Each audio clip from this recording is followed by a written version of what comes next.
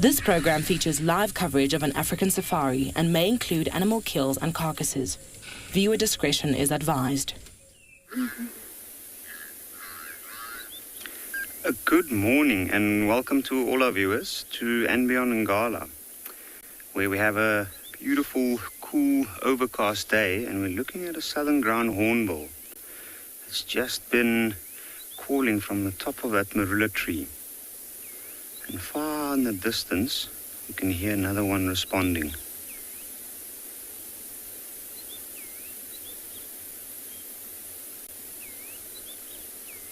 can see a bit of preening going on there as well. As we arrived, the bird came flying into this tree.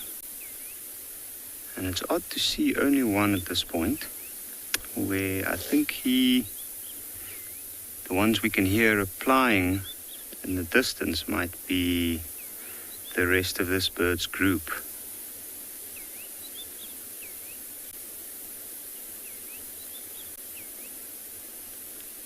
In the direction that he's looking in, that's where the others are calling from.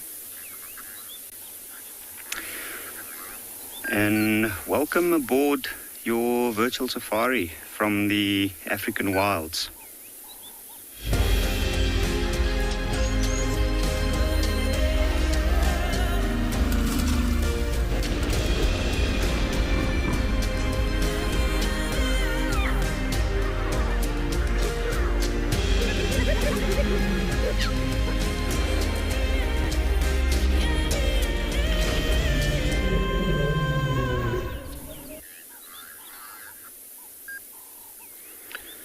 So, you can see this bird is running its very long, robust bill through its feathers. Now, during the evening, this bird would have been roosting in a marula tree like this very tree that it's sitting in at the moment, and came flying from the riverbed side. Now, myself, I'm Yapi, and behind the camera we have Sebastian, and we thought we'd set out this morning trying to look for some lions. But on Ngala, there's no better place to start than the riverbed itself. So we had to come around this way, and we were lucky enough to catch this hornbill in flight. Now, the unique thing about this is it's not uncommon to hear these birds call early morning. And it's a very well-known sound of the bushveld. But to actually get a view of one calling early morning is not too common.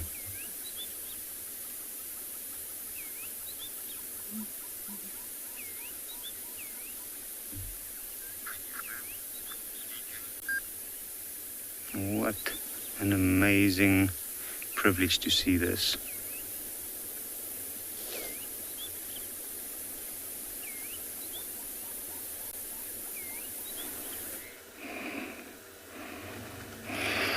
Jumbo, jumbo, jumbo, everyone. Another lovely morning here in the Masai Mara. Yes, that is the view I have. The sunrise we have a sunrise, beautiful herd of elephants in front of me, and it's just another very beautiful morning. There was a bit of a chase.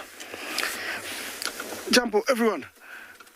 My name is Isaac, and on camera I have Bungay.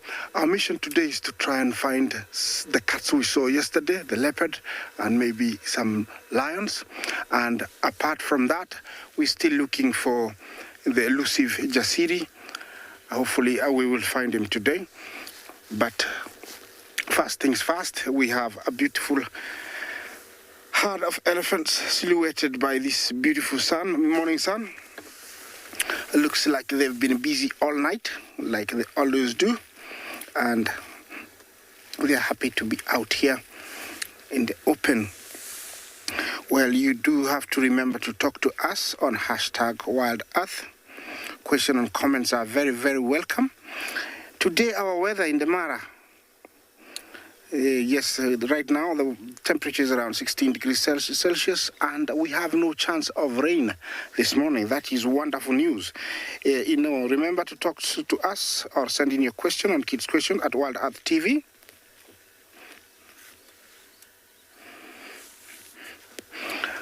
Oh, Gina, Jumbo, thank you for appreciating that. You say, oh, beautiful. Oh, indeed, it is beautiful. It is such a gorgeous time of morning.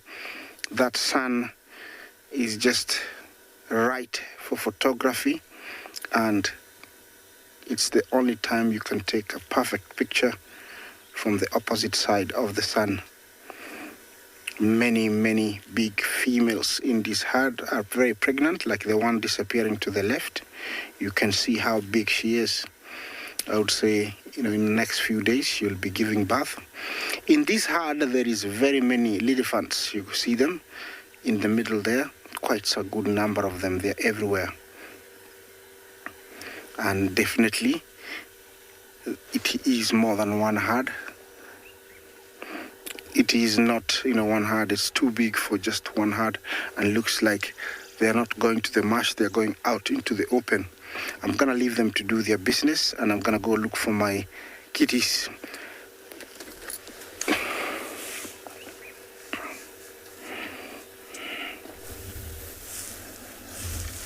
Jumbo, jumbo, and welcome to the other side of the Mara, where we have our beautiful sunrise and buffaloes resting. My name is Tim, and behind camera we have Big James. It's that time of the day when buffaloes pick a spot where they can rest. So they take time to rest twice a day, early in the morning and late afternoon.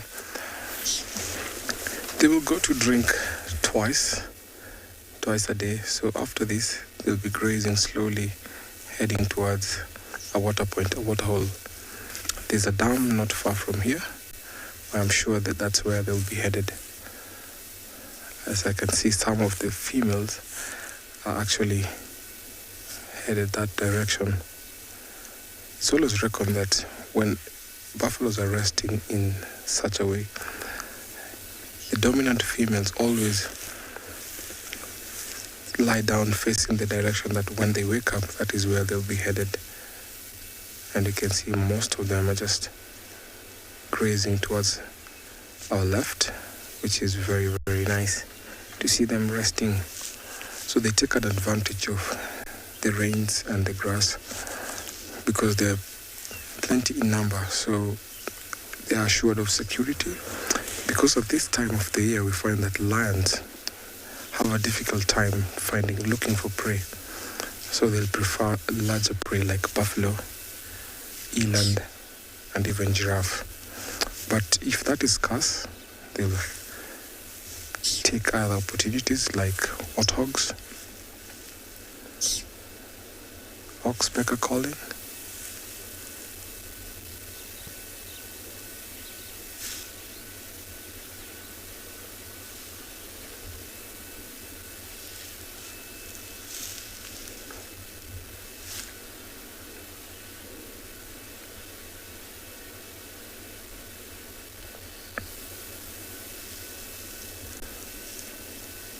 you can see the beautiful Mara from this side. The buffaloes taking the road, some of them are resting on the grass. Oxpeckers are active as always.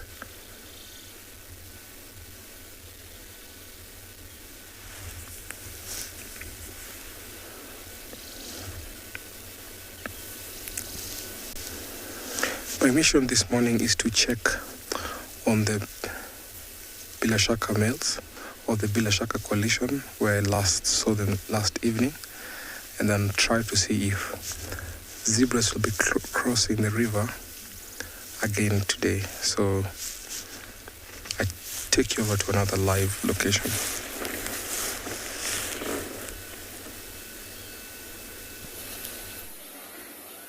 Something else that is active this morning, the Juma hyena den. Good morning, everyone. We are sitting here with good old Corks, aka the ex-matriarch, and her little daughter. So it's quiet, but they're still here, and I am over the moon. My name is Lauren. I do have Theo on camera today, and we're going to sit here as long as we can and enjoy this scene. I'm hoping that other little heads pop out, but even if they don't, it's nice to spend some really precious time with Corky. Now, we weren't sure what the weather was going to bring to us today, so we've still got our rain roof on, just in case. I don't want to get rained on. And it's quite chilly. It's 18 degrees Celsius, 64 degrees Fahrenheit here in Juma. So it's a very pleasant morning for the hyenas. And Trishala has been quite lucky the past few mornings, as have I. And I think it's because the temperature in general has been cooler. On these extremely hot days, the hyenas are shifting to be more nocturnal. The cubs don't need to feed from their mother every single day. Whether it's Corky, Hard or Ribbon, they really don't have to. So you won't always see the mothers here. But I think when it's too hot, they shift to be more nocturnal, which means when the sun comes up, they need to be in that den sleeping because they're tired. They've been awake all night causing trouble. Hey, Corks. Now, if you look at Cork's left ear, if we take a really, really close look, Theo will zoom in as much as possible. It's almost sliced at the top. That little triangle of the ear is completely missing. We'll get a better view in a minute, and there's also a slice in there. There you go. You see? It's almost like it's been chopped off and there's a small little tear. That's the easiest way to identify Corky. Just look for the left ear. Ribbon's left ear also has a sort of butterfly shape, and Heart's ear, the very, very tip of the right ear is missing. So out of the three most important adults in the clan right now are Ribbon, Heart, and Corky. And you can see just by looking at their ear, you can immediately identify them. You don't need to look for any other features.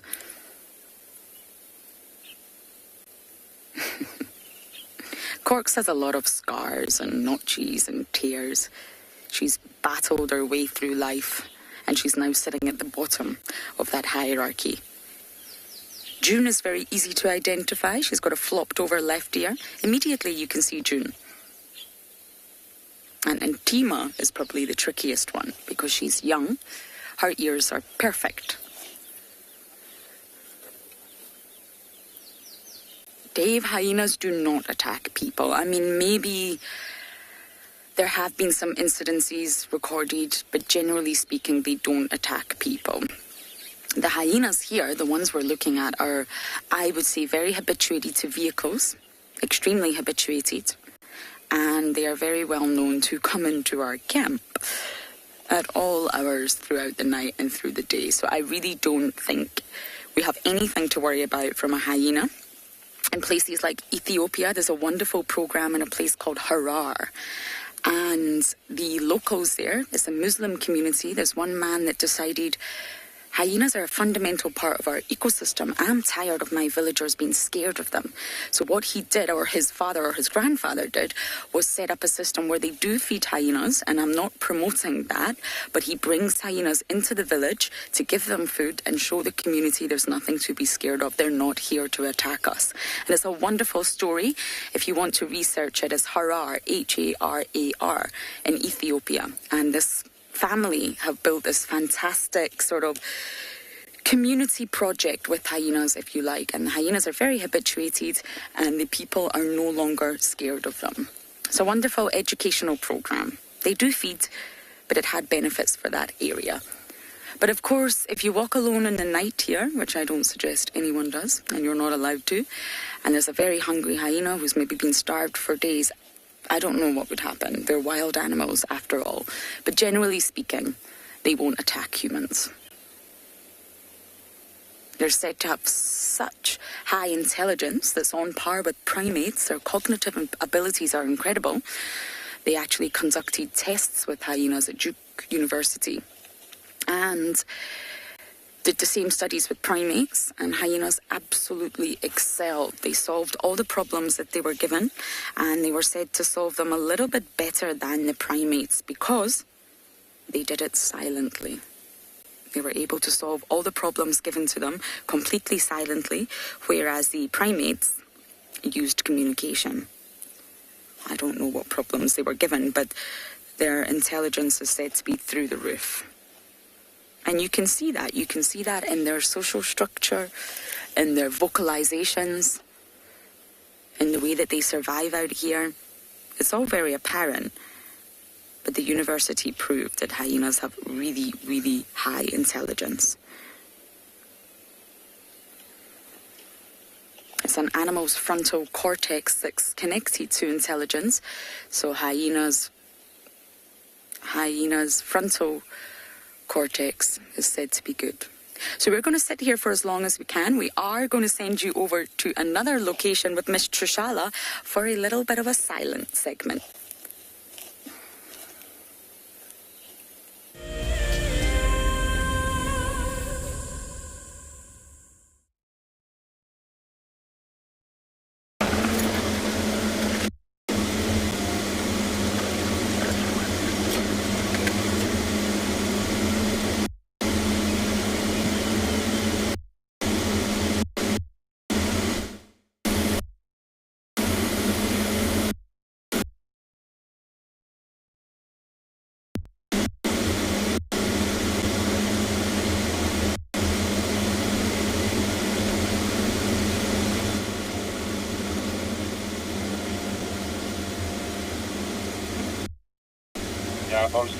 I love you.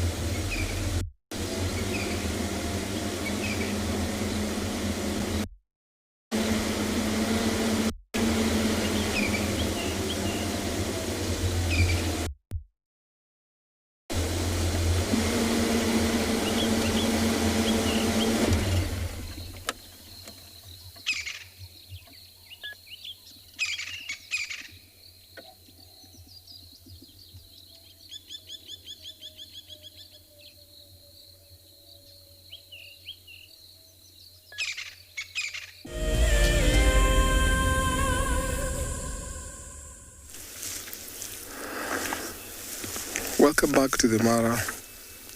Buffaloes are still resting. You can see some of them are sparring a friendly fight, not serious one.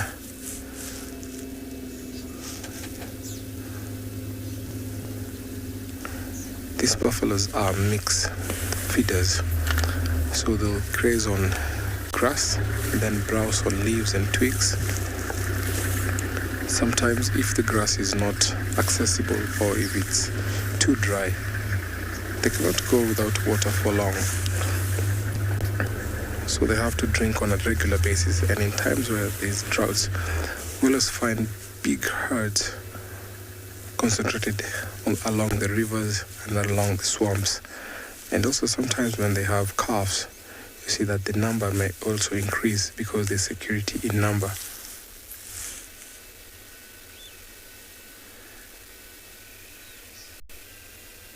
While resting in such a way, they're actually ruminating, chewing cud. So that means that they have to produce a lot of saliva to help them chew that grass.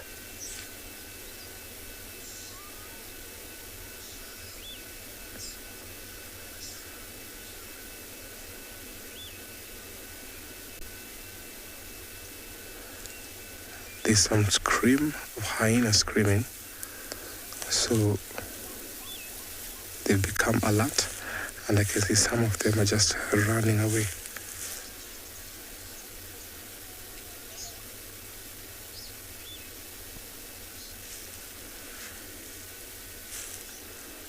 I can see most of them are quite alert right now.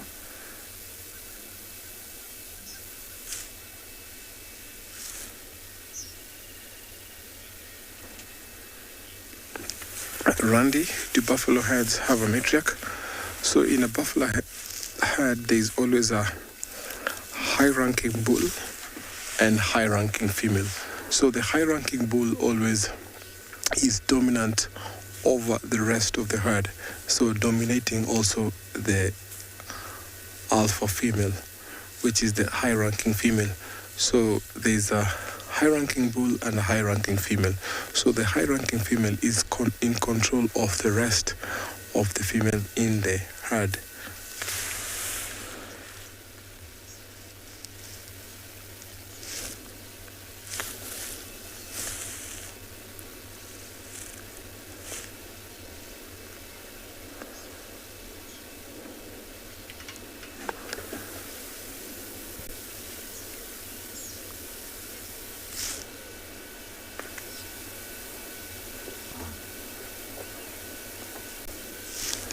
Suzanne, how much will the biggest buffalo weigh? He can weigh to about 900 kilos, 800 to 900 kilos.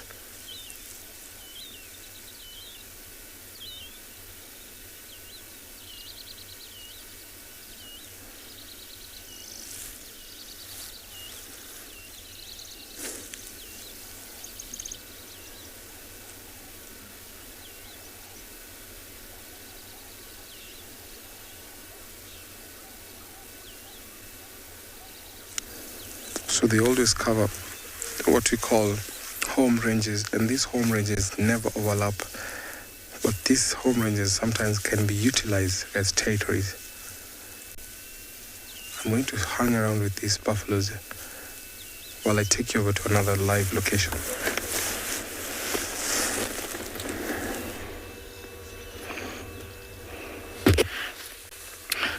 You're from Buffalo to one of the rarest cats here in the Masai Mara. It's not a joke. When we see leopards in the Masai Mara, it's like Christmas.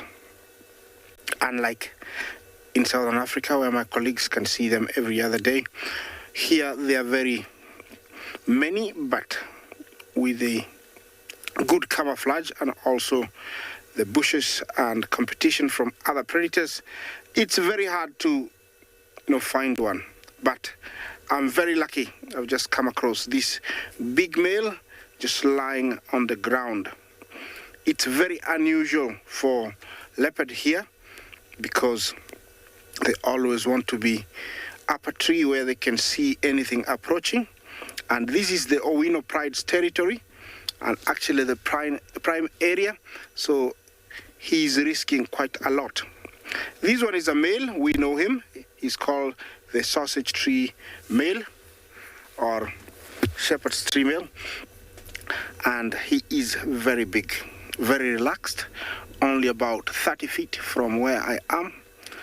He rose his head just once, and then he went back to sleep.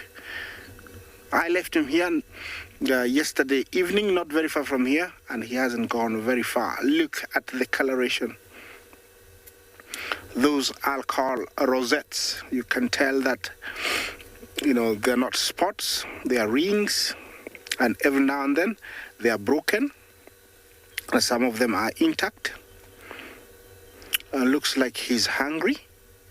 If I look at the back haunches there, I can tell that he's hungry. He will need to eat either today or tomorrow.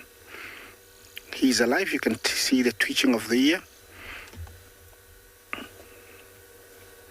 I'm hoping he's gonna raise his head. It's been a long time since I saw his face.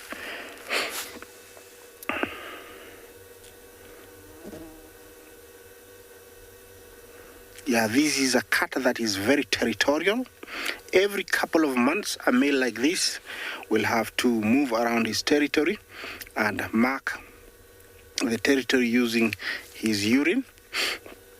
In his territory, he does have a few females that crisscross it. Because the territory is so big and also is old, I'm sure there is some males that are also crisscrossing.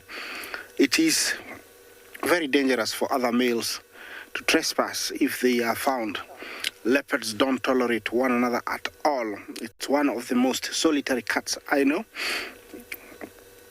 So you'll always find one. When you find two, it's either a mating pair or a female with cubs. A big male like this can easily weigh around 100 kilos.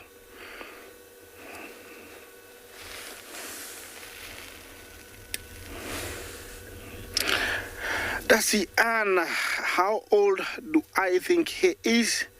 This guy, I would give him a good about 13, 14 years.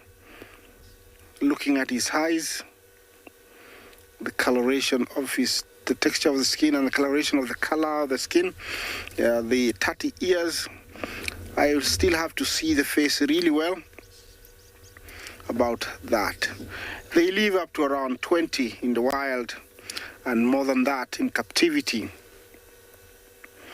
And leopards are the most widespread cat all over the world. They can adapt to all kind of habitats. He's out in the open completely. There's a few trees not very far which he can run to just in case a lion approaches. But he's no under any danger at the moment. He's just enjoying that morning sun. Remember, the main place where we used to see this guy is at the Sausage Tree Pride area. It's a very long way from where I am. It's almost maybe about 15 miles. It's very, very far. And this is the farthest I've seen him. This is the second time I've seen him this far. He's come quite close to the Olololo territory. And it means in his years, around 9 years, he used to have a very, very, very big territory. I don't know if that tells me that there is less leopards around this area, so he has to roam long distances.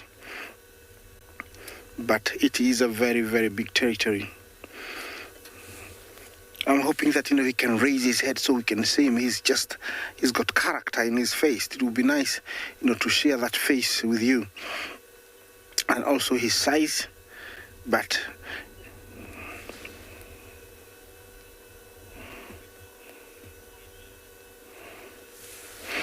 Heather, is it possible that he could be ill or injured? No, don't worry about that. He's not. I saw him yesterday. Briefly, he did stand up and he looked quite fine. So he's not injured and he's not unwell. He's just being leopard. When they've eaten, when they're relaxed, they sleep very much like lions do. They rest as much as they can. Usually he would raise his head every now and then, but this guy looks like he's gone through a lot. He knows not to worry very much, so he's not unwell at all. And I think he's enjoying the morning sun because it's been cool. There was no rain last night, so he's not wet, but he's just enjoying the morning sun. This is one reason why sometimes we never get to see these guys, because they're always, very well camouflaged, and in long grass like this, unless you're really, really close, you can just drive past them. And there's no place here in the Mara where there's no grass. Of course, they do say that, there is more leopards here than lions, but we rarely get to, to see, leopards. Definitely, he's alive. I can tell he's twitching his ear. I'm hoping that, either he can stand and start walking. Well, let's take you to another live location while I wait to see what happens here.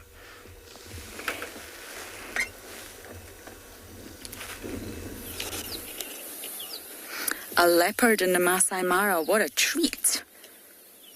That is actually very exciting. They're not seen too often in the Masai Mara, as I'm sure you know.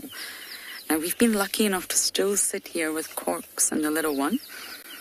I think the little one is in a milk coma, sleeping, and Corky's obviously finding it very, very peaceful as well. I think the others must be sleeping inside. I have to say, I'm quite surprised that they're still using this den number 3. It's been a long time. 5 cubs are inside, 2 boys that are growing incredibly quickly. Hart's cubs, 1 male, 1 female, are growing incredibly quickly, and even Corky's little one, who I don't think you can see, but I promise she's there, is getting so big, and yet they're all inside this den. Now, I'll get Theo to give you a look at the den. It's really not that big. It's remarkably small, although it will be deep. It will go deeper into the ground, which is how they keep cool. It's a disused termite mound, and most likely the hole and the sorry, Corky keeps making me laugh. The interior would have most likely have been done by an aardvark or even a porcupine or some other species.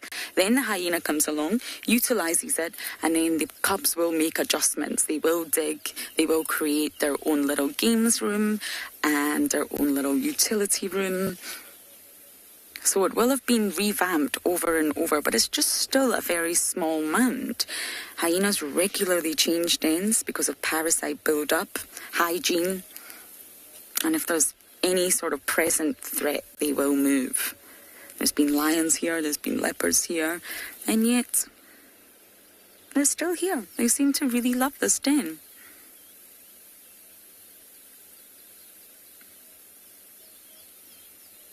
I can't see Cork's belly, but I imagine it's huge. I think she's full. Never allowing herself to properly fall asleep. Because Cub is here, she's always on high alert. And many of you worried about Corky's little daughter, and she's thriving. She's absolutely thriving. She may never be the biggest girl. She may never be sort of in the position of ribbon, but she's thriving.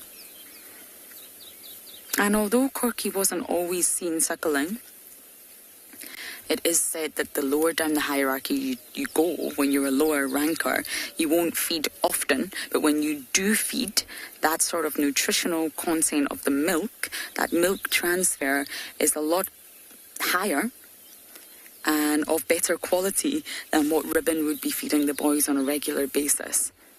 It can't be that the lowest ranker is put in a position where they become vulnerable and they can't survive and they're weak. Therefore, no hyena clan would survive.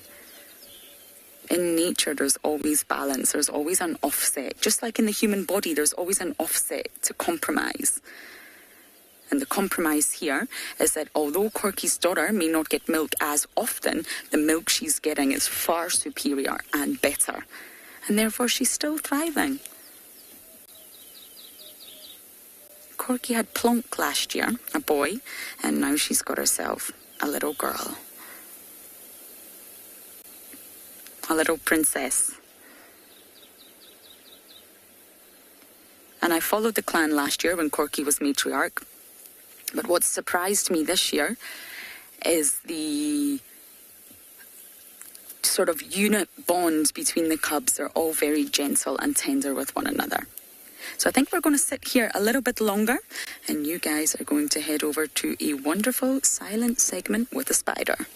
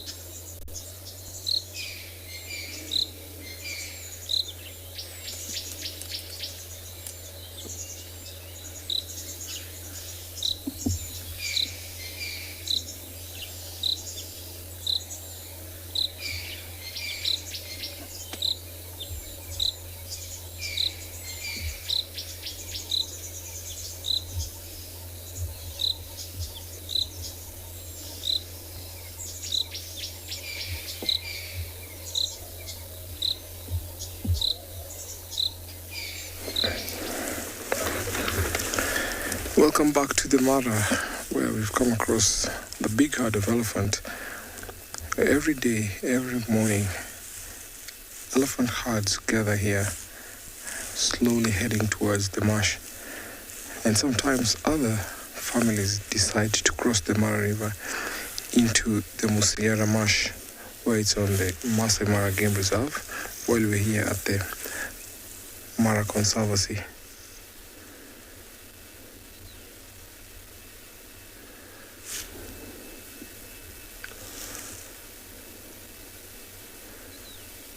Because of our short rains, the November-December rains, which last for about 5 to 6 weeks, there'll be more elephant concentration here because there's lots of grass and enough water for them to drink.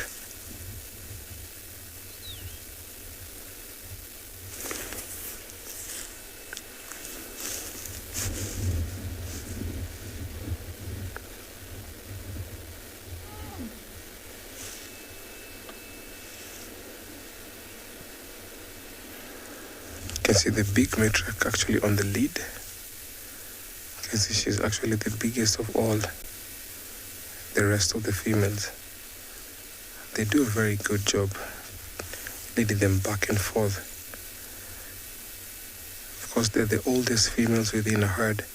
They're the most experienced, and the rest of the family members rely on her for such life condition, because in times of drought, in time of danger, she's the one who takes control.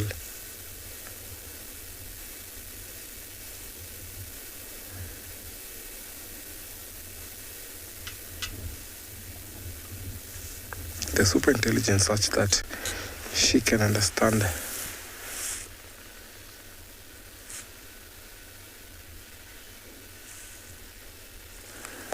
Karen. Even though an elephant herd is large, the role relies on one matriarch. So she's in control of each and every individual, and she has the ability to understand each and every individual. She knows each and everyone personally. She knows their communication, and she can really tell if each and every member has stress or whatever situation that the member is going through.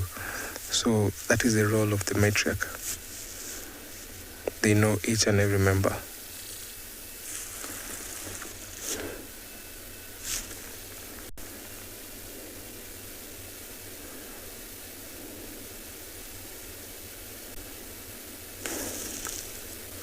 The two young bulls sparring.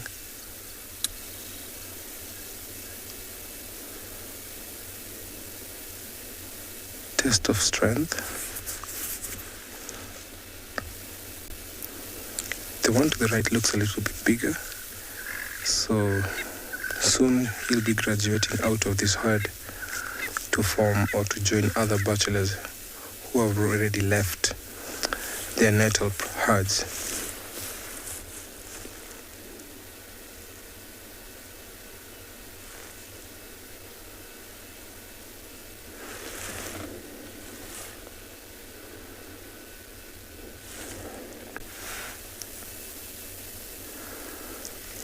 Once in a while, when they're on the move, they will eat on grass and then pick a spot where they'll actually eat the shrubs and the bushes. Like right now, you can see they're busy feeding on the kappa bush there.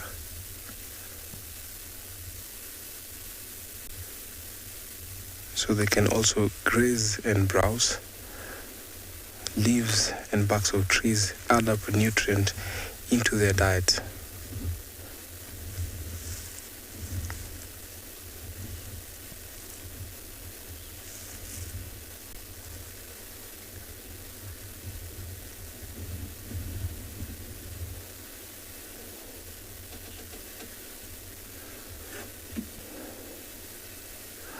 Factor, do they have special intelligence to locate water?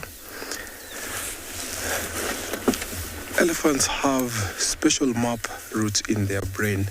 So whenever they walk through this savannah, wherever they are, they have that memory where they really know where to find water, where to find mineral.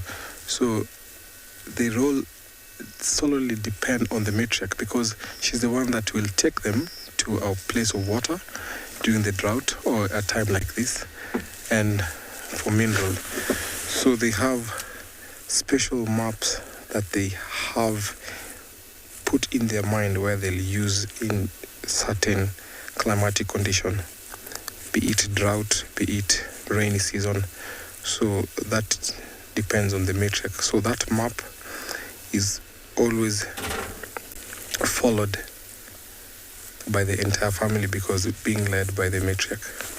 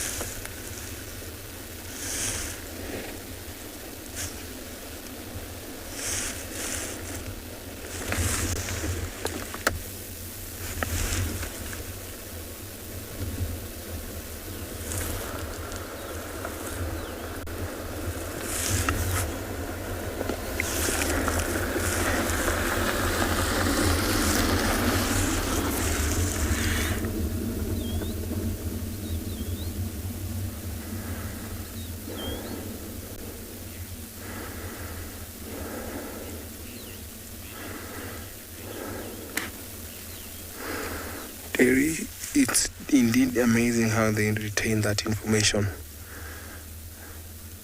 To just add on that, elephants never forget, as they say.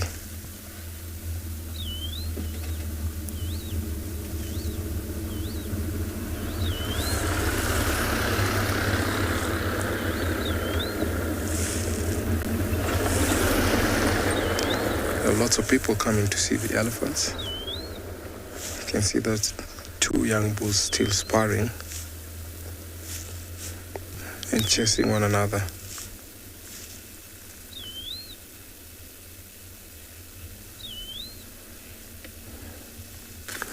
Zay, why are elephants so aggressive during Musth?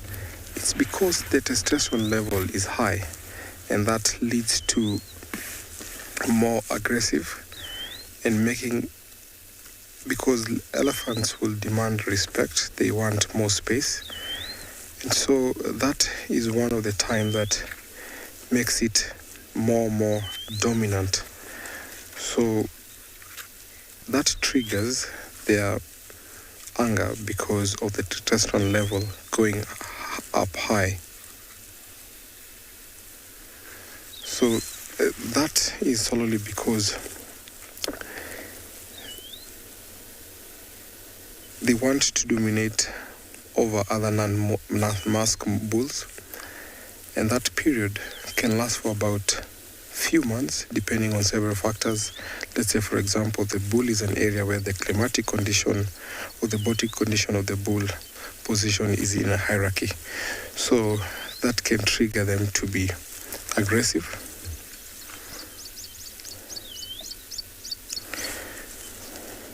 And because the mask positions the bull into a more secure position and a dominant position where the hierarchy, and give them better mating opportunities. So that is why they are always aggressive.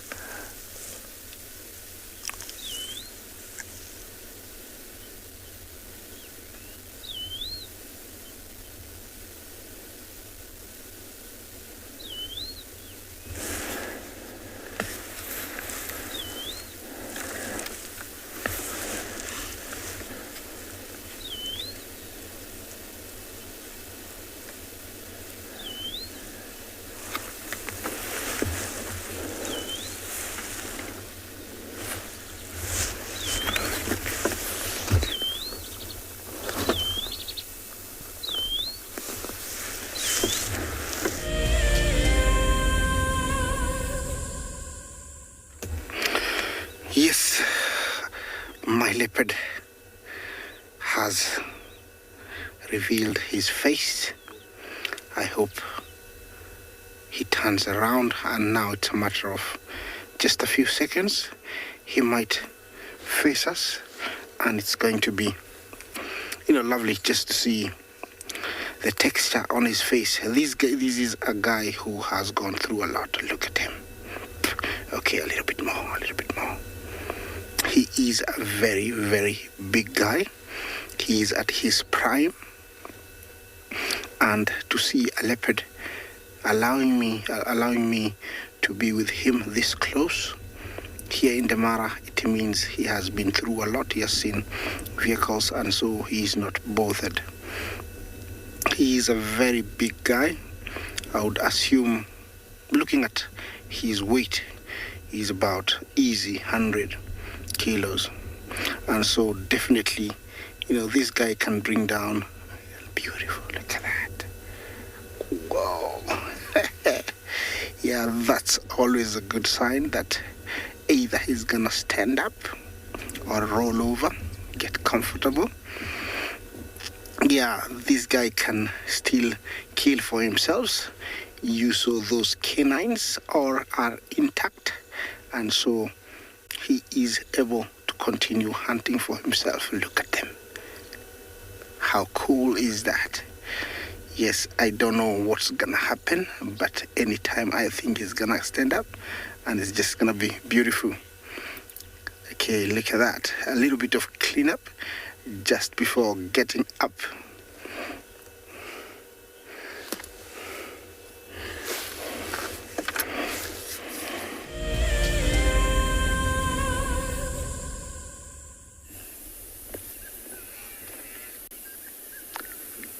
So we've been checking along towards a riverbed, and we just had a troop of baboons going up that big game path there, where that impala's walking up. Now, unfortunately, we've lost the baboons. You can still see the impala moving there at the back, just the horns going up and down as the head is plucking off the grass. So it's a small bachelor herd of impalas that's been following this troop of baboon, and they have been, you can hear the oxpeckers going there as well. And that's probably because they've been moving into the thick bush now. Now, the baboons probably roosted nearby in one of these big trees during the night, and then the impalas come, and the impalas follow them usually to hope for any fruit or anything that might fall to the ground as the baboons are feeding up the trees.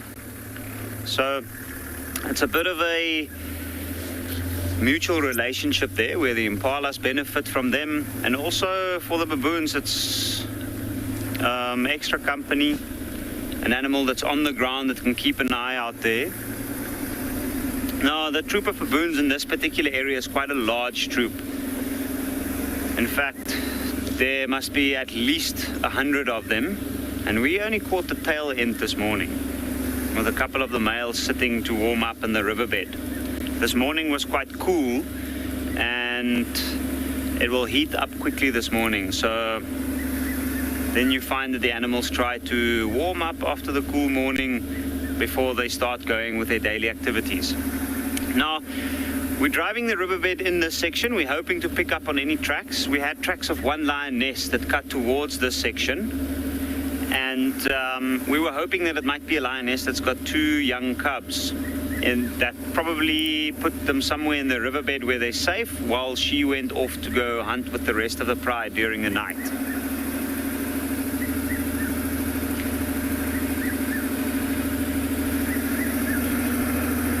Well, I think we're going to continue with our plan and see if we do get to pick up on any signs.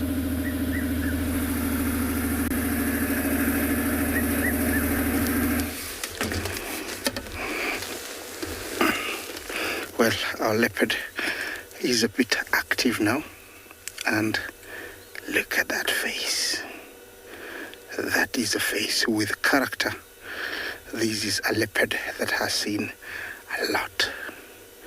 It has been roaming these plains, and you can tell by the behavior, very content, acting like a boss. He has been cleaning himself for quite a bit now, and I think very soon he's gonna start moving, and that's what I'm waiting for. It's just amazing. Those are chances that we always look for to find a leopard like this here. Yeah, the size of his face. He's a fully grown, very old leopard.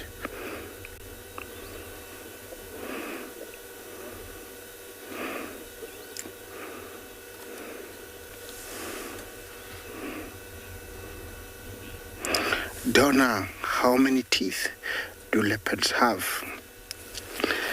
Let's start counting now.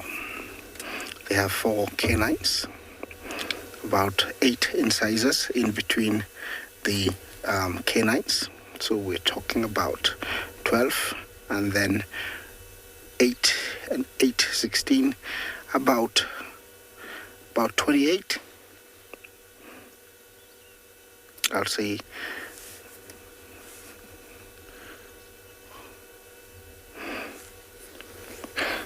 about 28, I would say. I'm not 100% sure. I can't actually really remember, but about 28 to 32 teeth, something like that. But I'm quite sure that they have 4 canines, 4 incisors, about 4 carnassials on either side.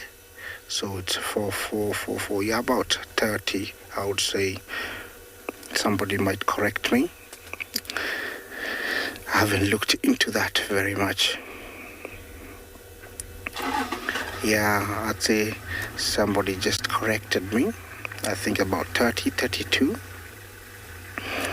And he's turned away from me. He's facing the other way. I'm hoping he's gonna wake up right now and start moving. Look at those whiskers. That is one way of identifying these cats by researchers.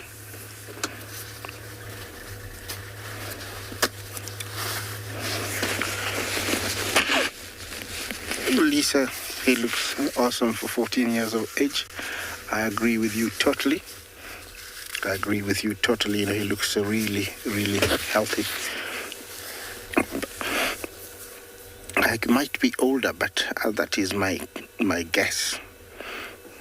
But he looks, you know, that age. You see, as they age, most animals tend to relax very much. In elephants, even rhinos that are very skittish, I've seen this kind of behavior. So definitely, he's seen his better days.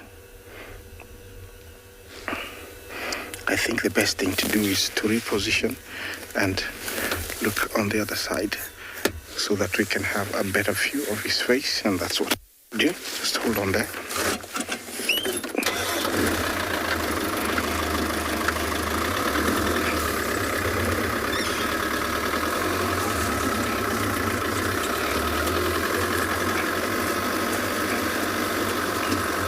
Yeah, the light is just fantastic, you know, to see his face.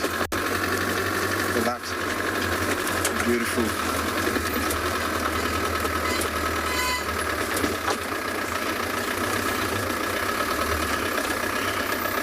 I don't know if we'll be able to get him from here, but this is the best we can have without disturbing him. You can tell that he's got a dewlap, that is the skin hanging below his neck. Yeah, this is a very big leopard. See that? Yeah, when you see that, means that it's a fully grown leopard. A bit of yoga, cleaning up his, you know, gadgets or his, testicles. It's amazing how far they can reach with their tongue. They're so flexible cats. They can reach most parts apart from their upper back. That is one of the only few places they cannot reach.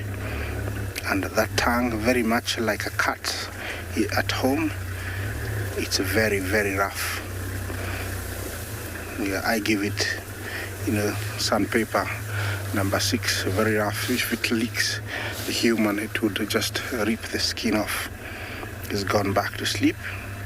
Looks like it.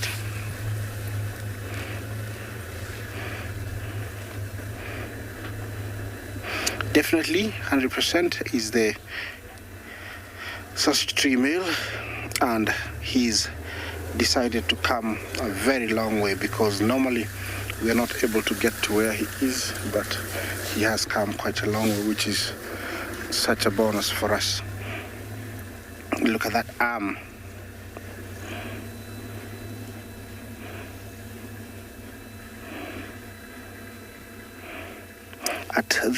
Lions at his age would be very, very immobile. They wouldn't be doing very much. They'll be very much dependent on the rest of the prides. But a leopard is still very active at this age. I think he will be getting up. I don't know when, but definitely he looks like he wants to. And it's going to be another bonus to see his size.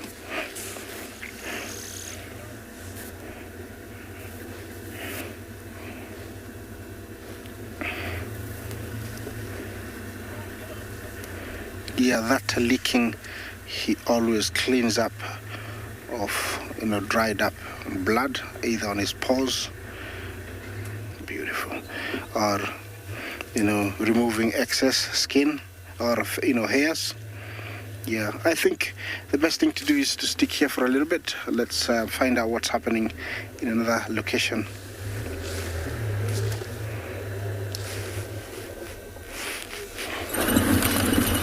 We are bumbling our way across some very hectic terrain here to go and visit another mother and cub of the spotted variety. We left Corky and her cub, and now we are going to see another mother and cub across in Torchwood. But the rains have made the terrain quite tricky, so it's taking us a little bit longer than anticipated, but that is where we are heading now. Very excited. I'm sure you've all guessed, but it's Miss Tandy and her cub. They're on Torchwood. I just hope that they're not in too tricky an area, and they have another kill. I visited them just 2 days ago, or possibly yesterday, and this is a different kill. So the predators are, of course, making very much use of the feasting. All the lambs that are dropping, all the rams that are not paying attention because they're confused with all the female hormones. There's oh, that dung beetle must have been dead. This is the exact same one that we spotted yesterday, and it's in the same position. Oh, I'm sorry, Mr. Dung Beetle. I'm just going to pop off and give this a little prod. I thought it was alive. Oh, yes, it's dead. Sad, sad. I'm not obviously going to pick it up, but this is the one we came across yesterday, and it's sadly not alive.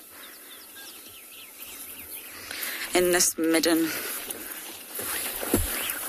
Hopefully with the rains, though, we'll see more dung beetles and we will see more termites.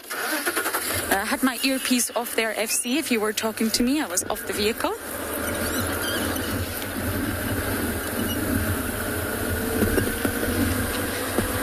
Okay, so we're going to bumble on to Tandy, and we're going to send you back across to Trishala for some peaceful moments by the dam.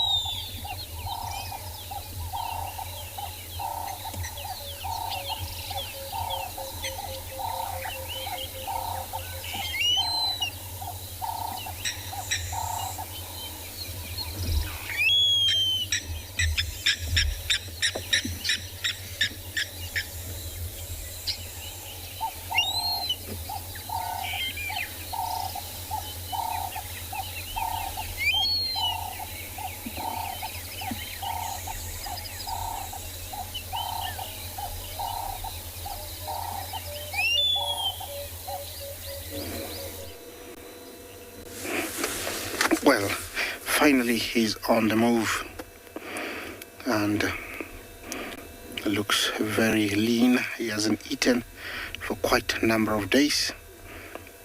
I don't know what is in his mind, but definitely he's on the move. I don't know if it's more rest or maybe trying to find something. Could be that he's finding a comfortable spot to rest by the look of things. But definitely this is one massive leopard. No leopard would like to mess with this kind or with this size leopard.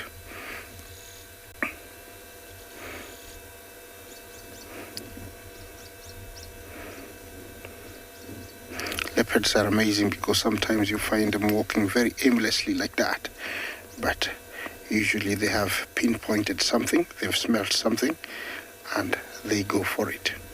You can see it's looking to the right. I don't know exactly what it sees or smells.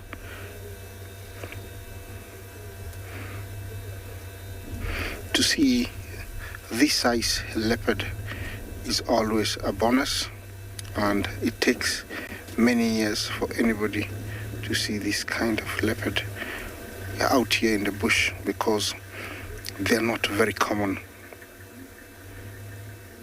Okay, what is happening? Did it go into a waterhole? Interesting.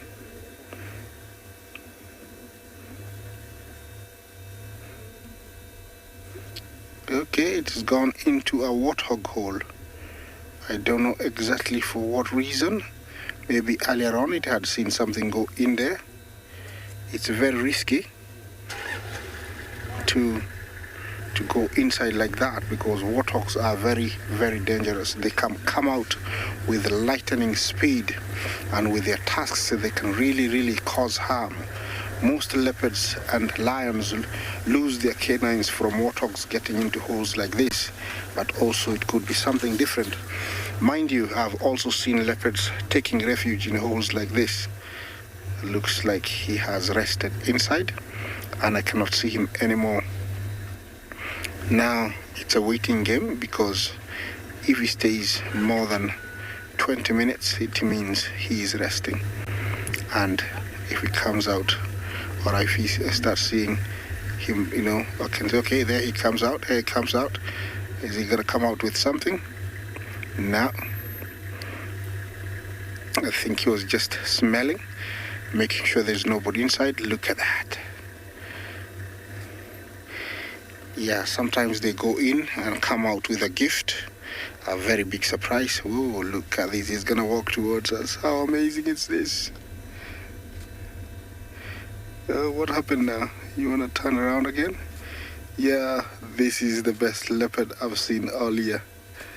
How cool is this? And that is a big boy. Beautiful. Yeah. It's just amazing, guys.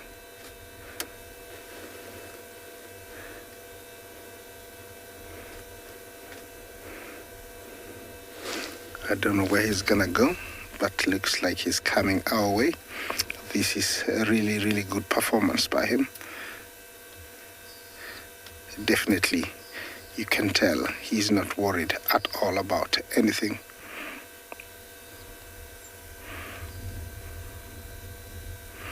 And leopards are actually one of the only few cats that will eat anything from tortoises, insects, fish, and I think that's the reason they're so successful and they do really, really well. Okay, looks like he's found another resting spot. Just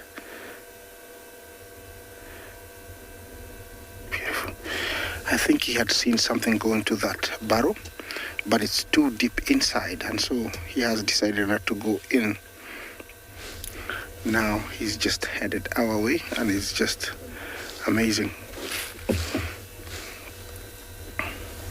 Never gets better than this. And there is a tree right behind me. I don't know if that's where he's gonna go.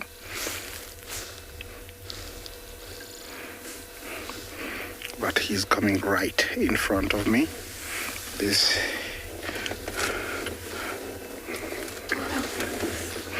Okay, he's gonna come right in front over here. You're gonna see him. Yeah, there he is. And he's a big boy. There is a tree right here. I don't know if he's gonna climb the tree. It's just amazing. He's gonna sniff the tree first. Actually, rub his scent onto that tree and then pee. That he's marking his territory, telling everybody that he is around and who he is. That's just super. And out he goes. He's actually, okay, there, a bit more scent marking. You know about that behavior. Trying to put more scent onto his hind feet, and so when he walks, he can spread it all over.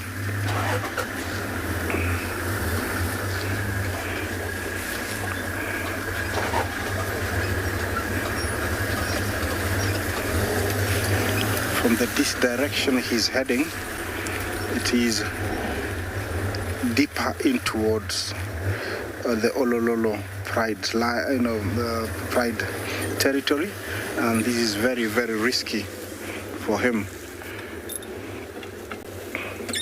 So I don't know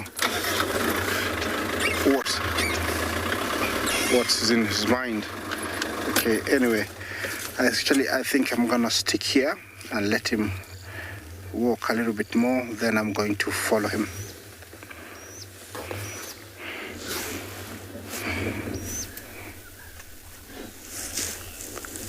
From the leopard back to the elephant, we have an elephant bull that is in mask.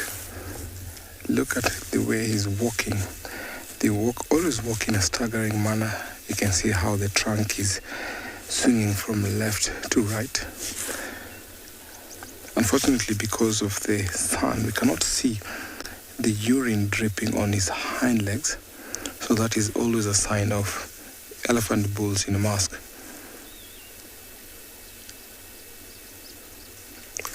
Because the wind is actually blowing to a direction, I can smell this strong odor of that testosterone level in that urine.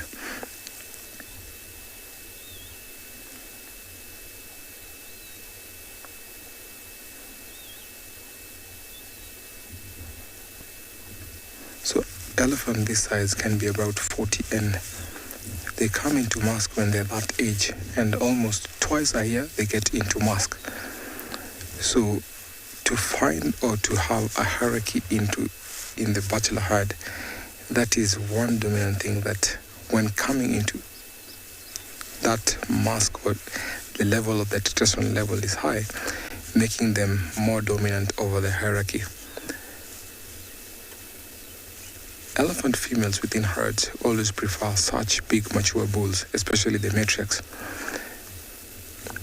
Young elephants below the age of 25 don't get into mask, but then they can still mate.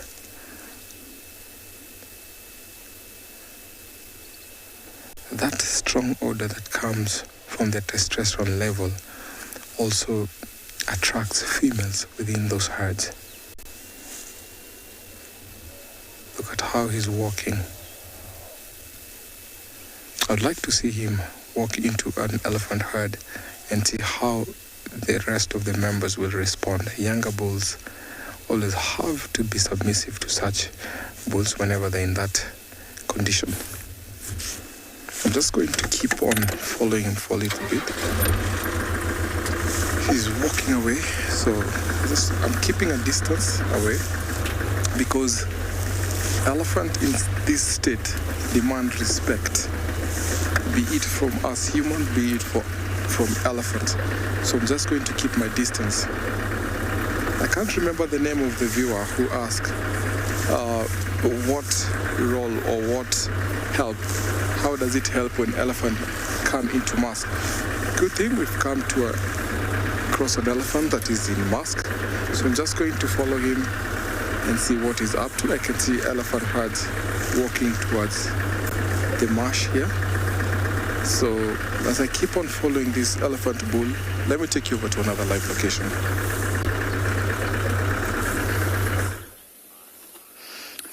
it into Torchwood.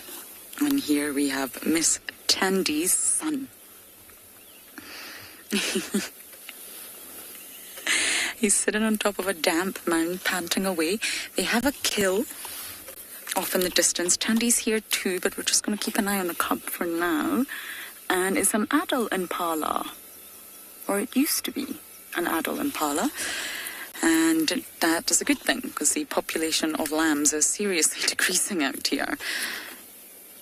Oh, aren't you just adorable? But look at the size of his paws. They're huge. He's going to be a big boy. Now, nobody knows the father. If he could collect his scat, that would be excellent news. It's definitely, in my opinion, not Tingana. You do not look like Tingana. You don't. There's lots of suggestions that it could be Mulwati. Mulwati only really made an appearance around here in 2018. And he's a difficult male to spend time with. He's so skittish, which is rather sad because all the other leopards in this area are very habituated. So there's a feeling it could be Mulwati. But until we get the DNA, you really can't say. But I just feel, looking at his features, you look like Mulwati. You do. Very handsome.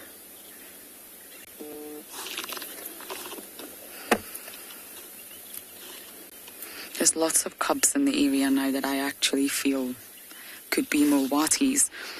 And Trishala was lucky to see Shadulu yesterday, and I think it's very much confirmed. There's no suckle marks. I've heard the reports from the west as well that I think she lost that litter, which is incredibly sad. It does happen. Look at Tandy. She will go on to mate again.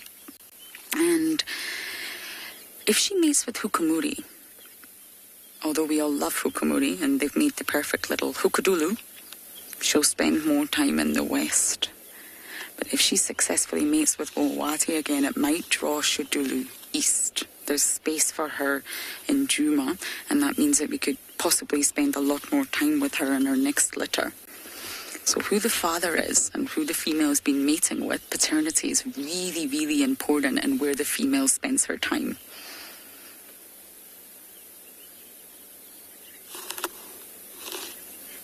We can give you a view of Tandy's, about 25% of Tandy.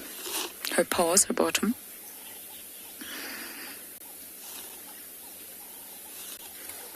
And what remains of that impala up here. There you go. There's Tandy. And that marula there.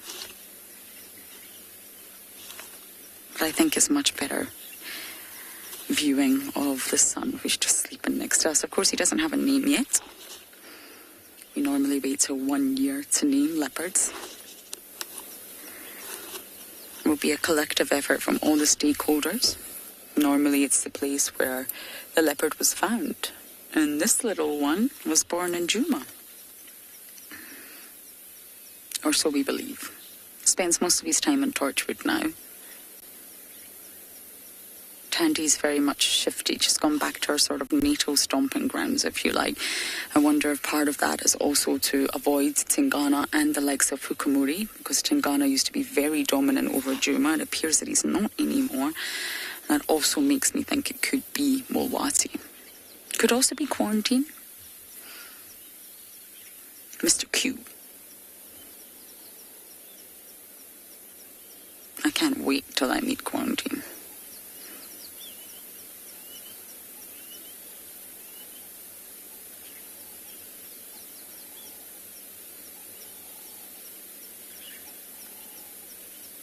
So we are going to sit here and enjoy the peace and quiet. And talking of peace and quiet, we're going to send you guys over to Trish.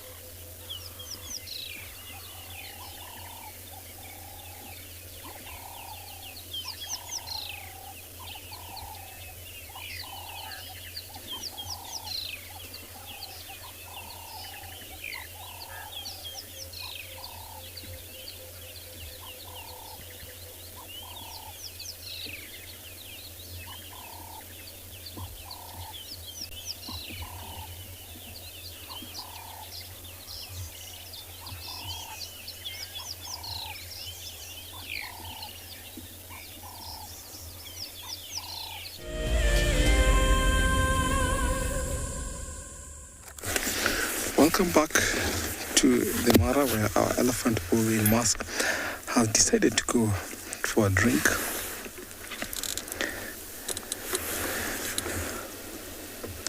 It's always nice seeing such a giant come to a place where he'll drink.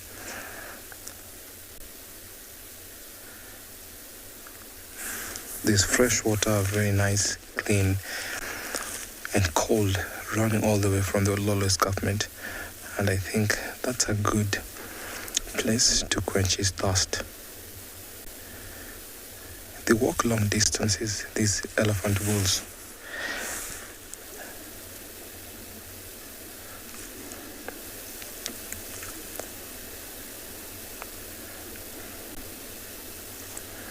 Very nice. So it's reckoned once the elephant sips water into his trunk, that can amount to be about 10 liters. Sometimes the trunk is not full, so I would say maybe 5 to 10 liters. Oh, he's blowing some bubbles there.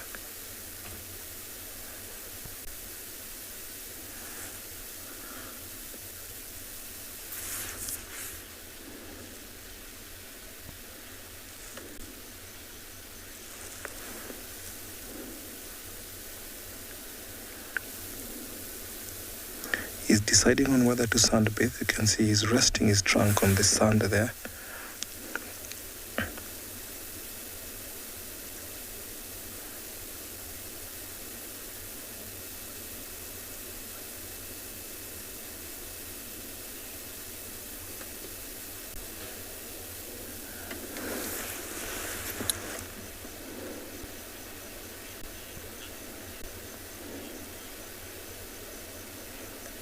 Gail, the difference between the musk elephant and a rogue elephant is simply a rogue elephant is an elephant that is aggressive because it has been disturbed and then wants to push everything out of his way.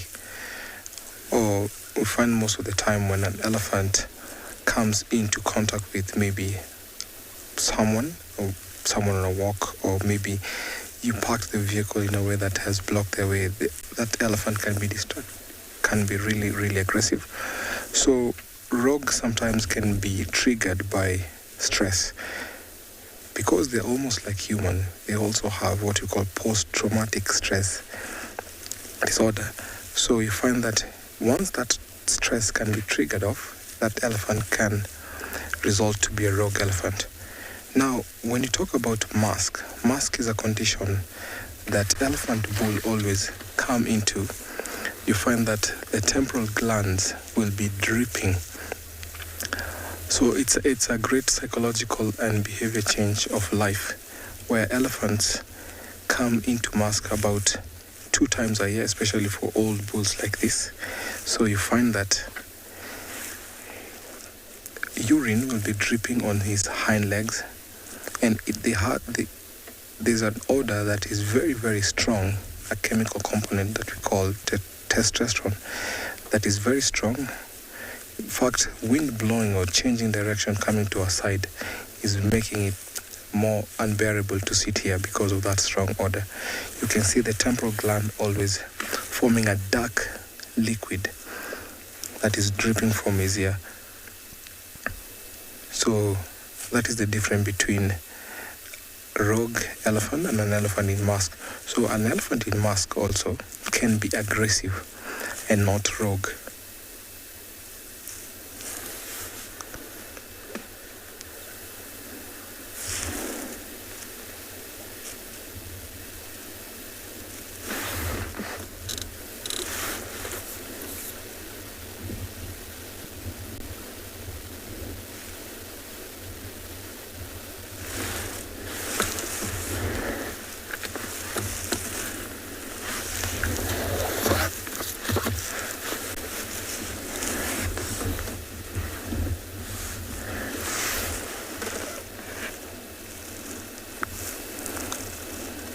After a nice drink, sometimes they can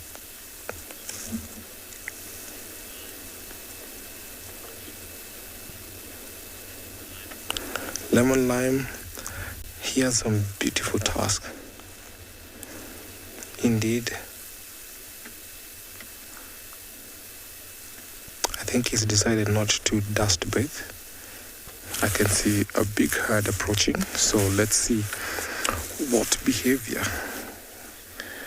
and how they respond to this bull in mask.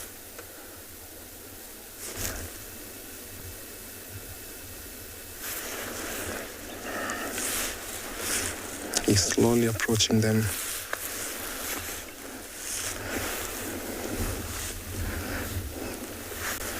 So within those herds, the elephants that have calves, let's see their response towards this elephant bull. There's some young males. Let's see also their response on how they'll behave towards him. It will be so interesting when such big bulls in mask walk into elephant herds.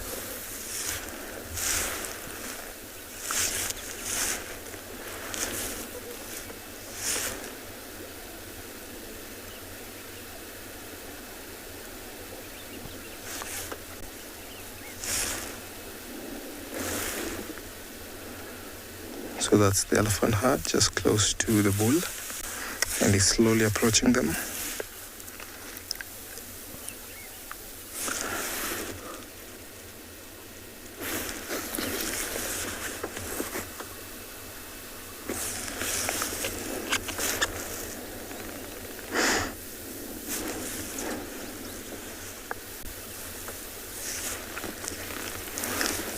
So when he gets to them, he'll always be analyzing if some of the young females and maybe the old female might be in estrus.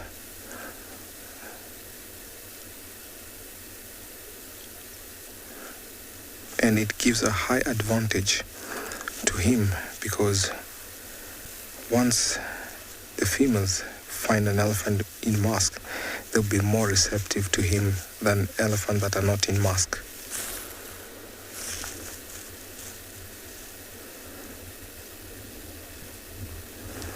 Old mature females always prefer such big bulls, and they're the ones who choose who to mate with. Especially the matriarchs, they'll never mate with the youngsters. They'll never mate with young bulls below the age of 25. They always prefer such large bulls.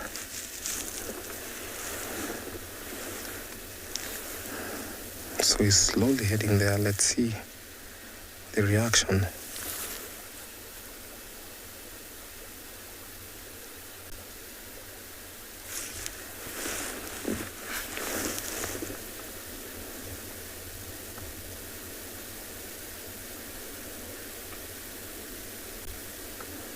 Okay, that female has decided to walk away from him.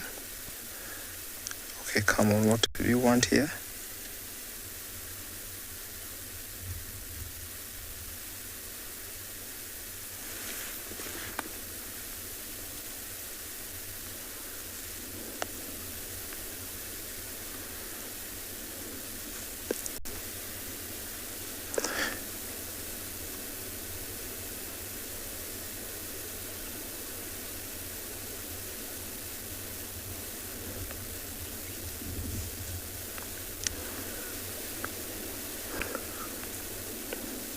By walking around, he's actually placing his trunk on the female's genitalia to smell or to get a scent if they might be ready or maybe in estrus.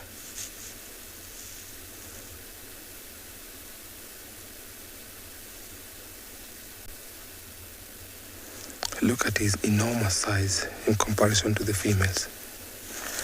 Such a gigantic elephant.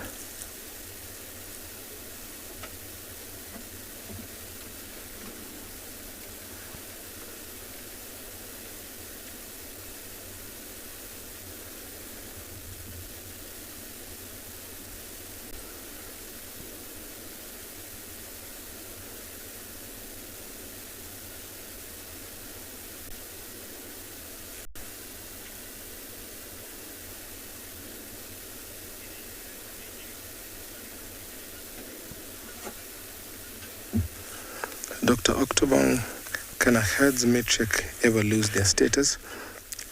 I'll only say they can lose their status when they're forming the new herd or new group. So when a group divides or splits up, the sister second to the matriarch always leads her blood relative to form a new herd where she'll be the matriarch. And it's not reckoned that elephants will always vote for a matriarch. So I'll say the status may be if they find that the big lead elephant is not suitable to take or to carry on through their life, then they might pick another opponent who will be maybe their sister to lead them. But herds that have always followed one particular matriarch that matriarch will never lose their status.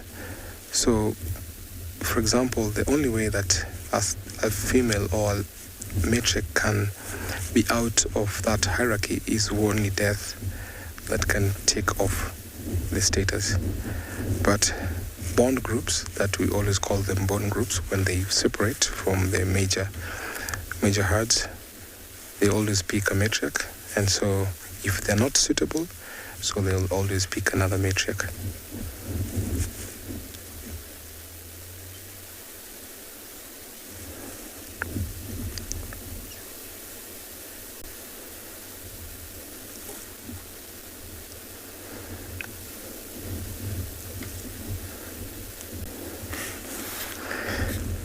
It's so interesting watching how he's walking from one female to another, just check on their status. I'm going to keep an eye on this elephant herd mingling with this bull as I take you over to another live location.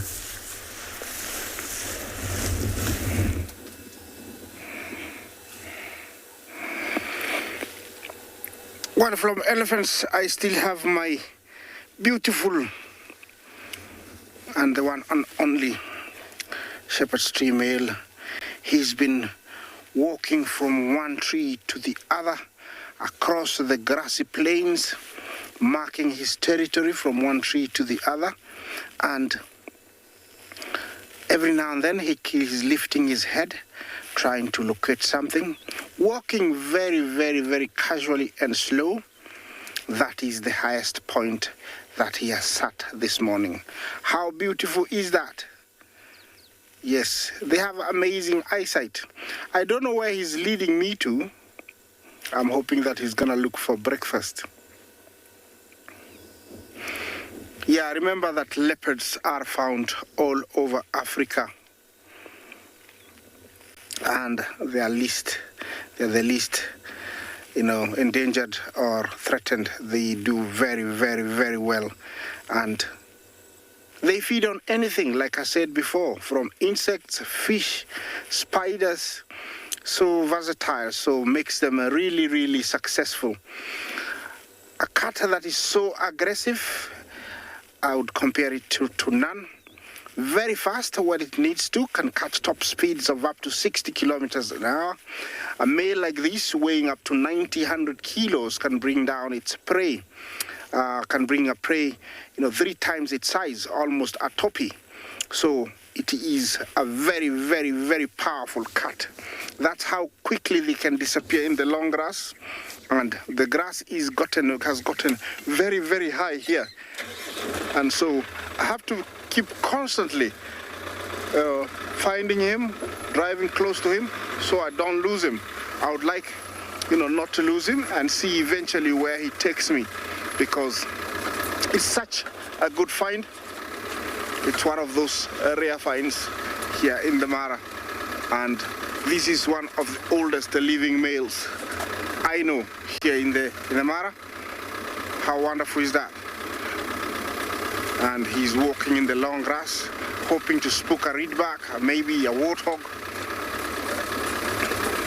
From a distance, you will mistake him for sure for a lioness because of his size.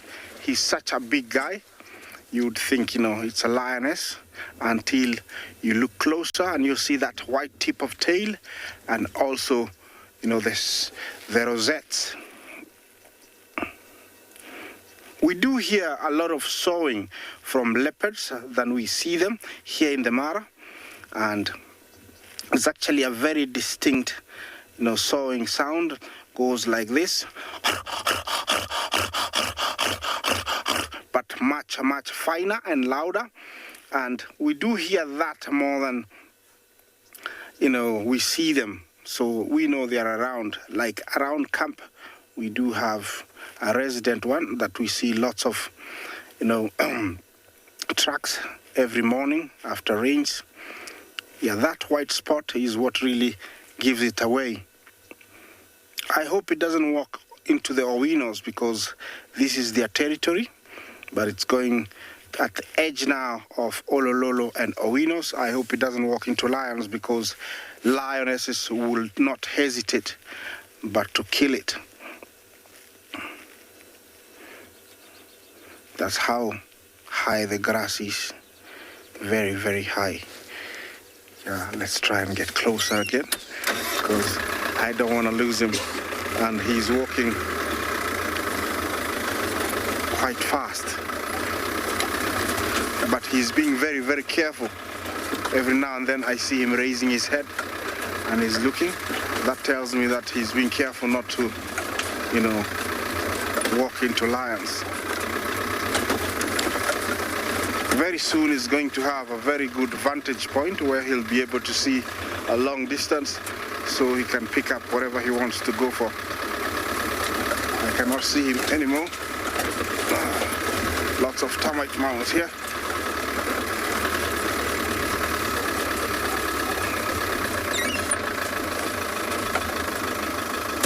Yeah, he's a long ways up there. We have to keep that distance so that we don't break that safety distance and interrupt what he's doing. Or maybe there he is. He's up in a mound now. That is a good vantage point. He's able to see prey. I'll leave you with that beautiful sight, but I'm gonna continue following him, see where he takes me.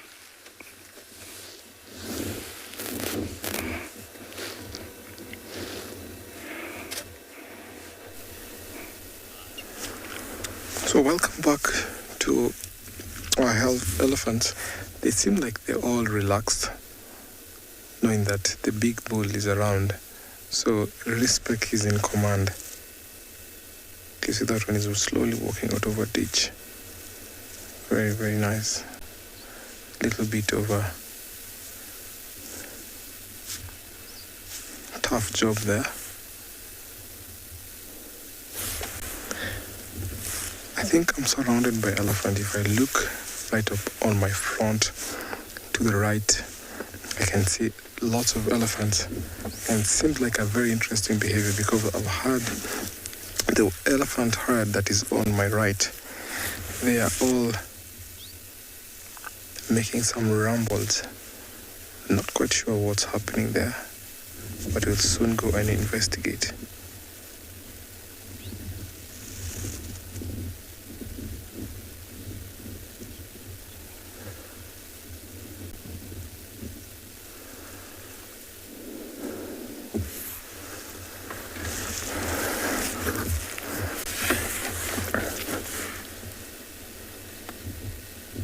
I think there's a point of interest there.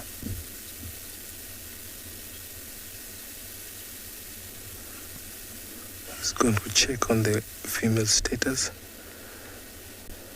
You can tell there's a communication going through. They've all frozen.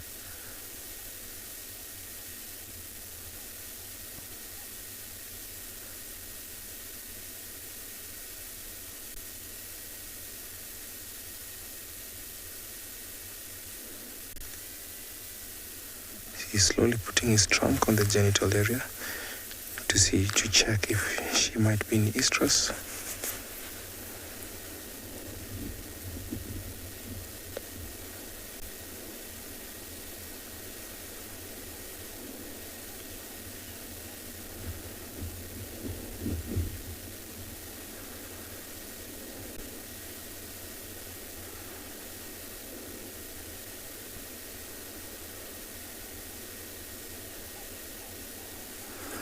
this bull in Musth can last for a few days and sometimes a month, depending on the age, his age, depending on the area, climatic condition, and also the position in the hierarchy that is in. So you can see they all stopped once he's got into there because the mask helped them secure a more dominant position within the society that they live in.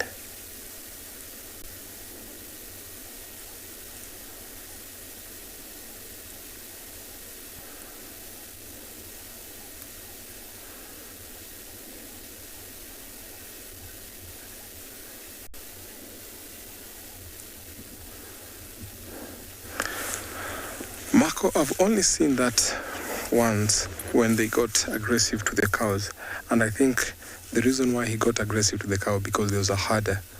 So not often that we'll see them being aggressive to cows, but elephants have their social life.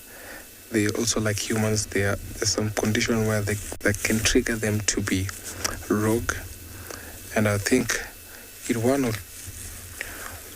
of about every 10 elephants they can go into a rogue status. So Marco, not always that we see them going rogue or aggressive to cows, but since they have personalities, they can sometimes be aggressive to either cows or other domestic animals.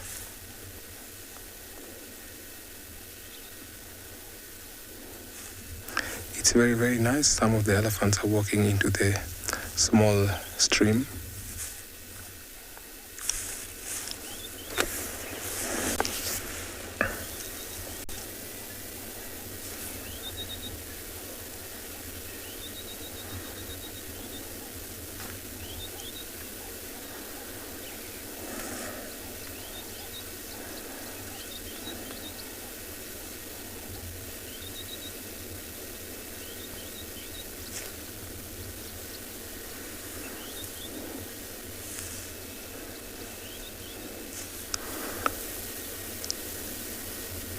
If you look carefully on each and every elephant, there's a temporal gland secretion. But the one on the bull, because he's on mask, is more conspicuous.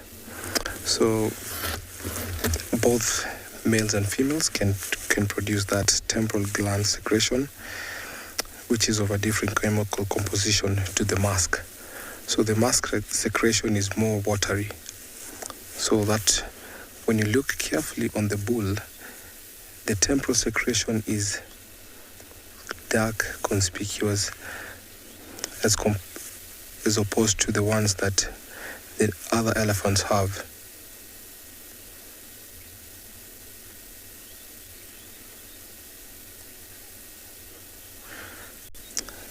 The other thing is the normal temporal secretion lacks the distinct mask smell.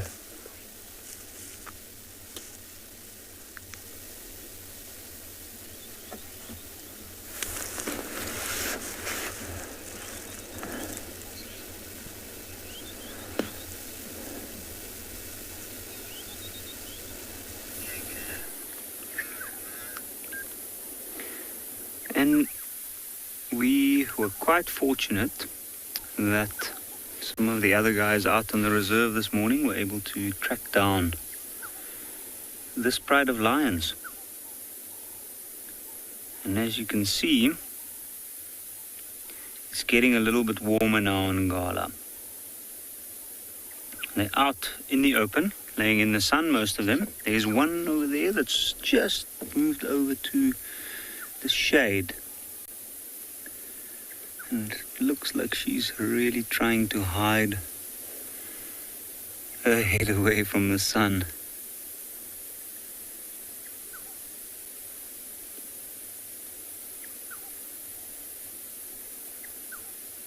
Now, judging from the calmness in these animals and what we can see from the size of their bellies, Like that one there at the back, you can see it's bulging. She looks like she's almost fast asleep. Not even the ears are twitching at this point.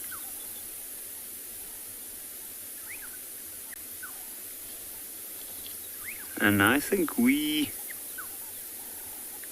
missed something, quite a large event yesterday when we didn't find them because we didn't have any tracks. Everything rained out. This morning we were lucky enough to pick up the tracks in the same area where they had the last tracks yesterday. And I think that these lions have probably killed something big within the block here. And they've been feeding on it during the night.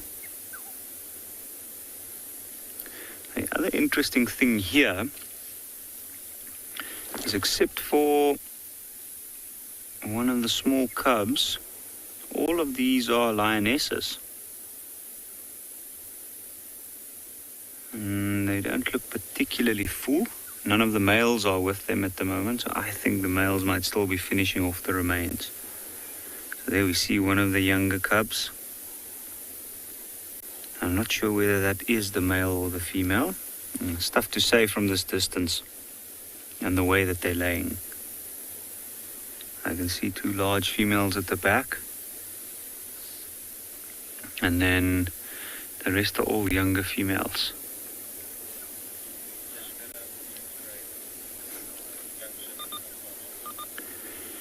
At this stage of the morning, I know they went for a drink of water earlier and then they came to settle here at the clearing. You can see some of the younger ones have their heads up and are staring around.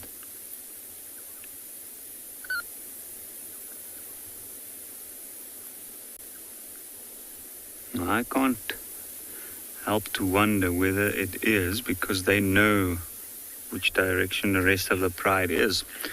And more or less in this direction that this little one is looking. You can see a little bit of restless behavior. Alpha dog, good question. Do lions hunt baboons? Yes, in fact they do. I have seen a lion eat a baboon before. It will be very difficult for them to hunt baboons though, due to the fact that baboons are very agile climbers. They're quite alert. They always have their scouts out and they don't really miss anything. But I know that they do. I know in East Africa, for instance, there are a pride of lions that actually specializes in hunting baboons.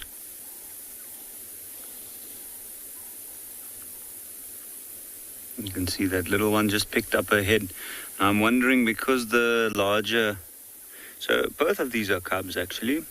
In fact, I guess the one at the back one can refer to now as a sub-adult. The one in front pretty much still a cub. And I wonder if that one picked up its head because it thought that maybe when the other one walked past it would have given it a rub up against the cheek, or maybe a quick lick on the bypass. Something that the lions within this pride often do, just to acknowledge each other and show some affection. And that way they strengthen their bond between them.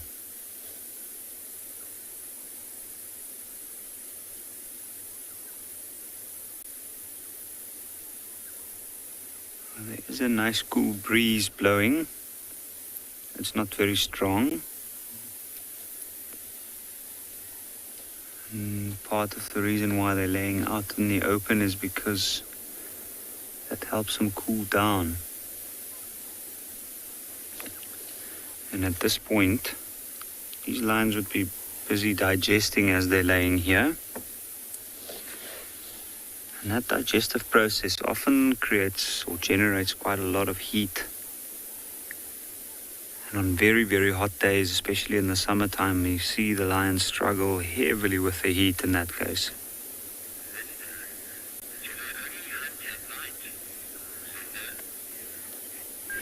Linda, I don't think these lions hunted the prey that they were eating last night during the hunt, during the night. I think they might have actually given it a go during the daytime. Lions do the majority of their hunting during the night, but they will often attempt to hunt during daytime. In fact, most of the hunts that I've seen personally is either early evening or late morning, when most animals are unsuspecting. On an overcast day like we've had yesterday and today, it's not that hot, and the lions do use that opportunity to try and hunt if the right opportunity comes along their way.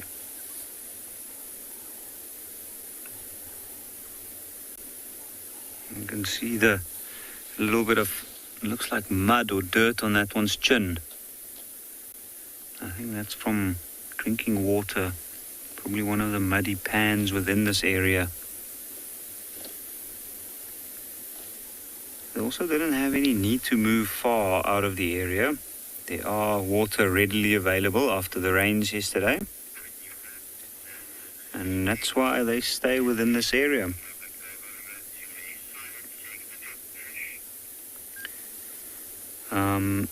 So I think we might sit here, see if they do get or do decide to move,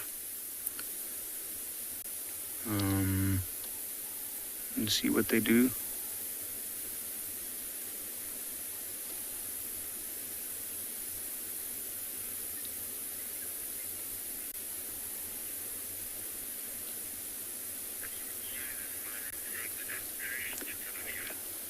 So we're going to go over to Trish at Juma with a silent segment.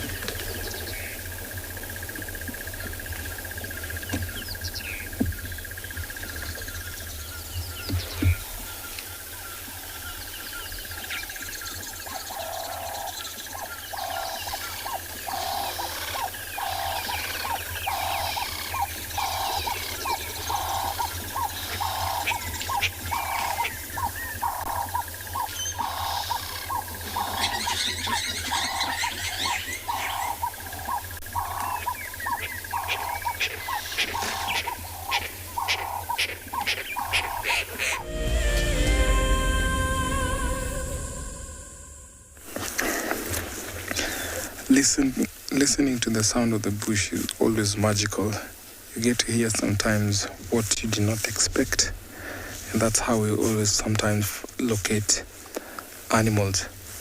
Now back here, our elephants have gathered on this little stream. Some of them are drinking. I can see the young calves are eating grass, but just having an easy way where that calf on the bank is just biting the grass from his mouth with not using the trunk, and the bull is resting his trunk on the tusk I can see a female towards the left, nibbling on a stump or a little branch, holding it with his trunk. Some youngsters actually sparring. Some are resting, some are standing, some are dusting off the grass. Very, very nice.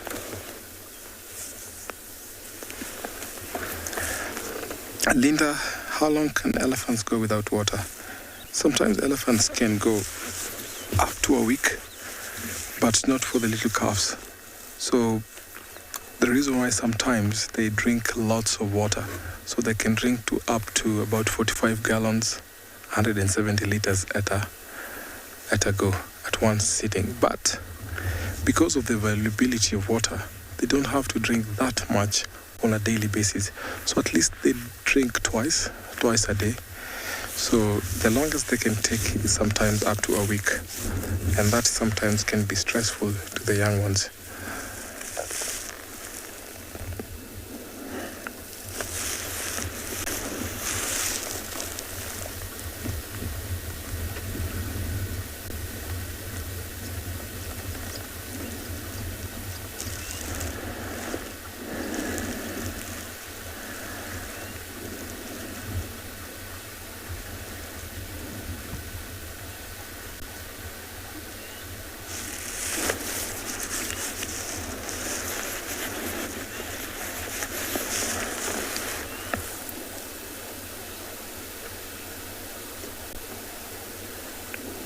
It's a nice combination of sound and watching these elephants, the little stream flowing and the elephants drinking. Just want to hold a moment of silence as we listen to the stream and watching the elephants drinking.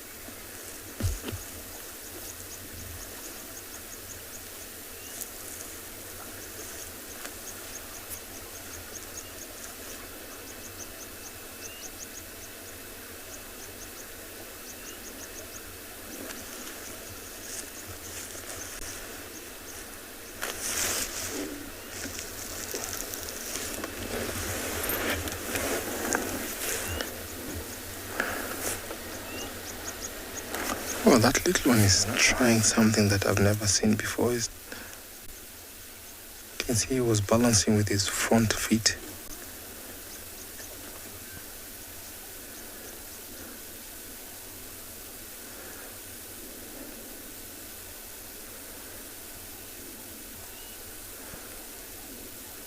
They found a peaceful spot where the sand is actually wet, moist, where at least they can rub against.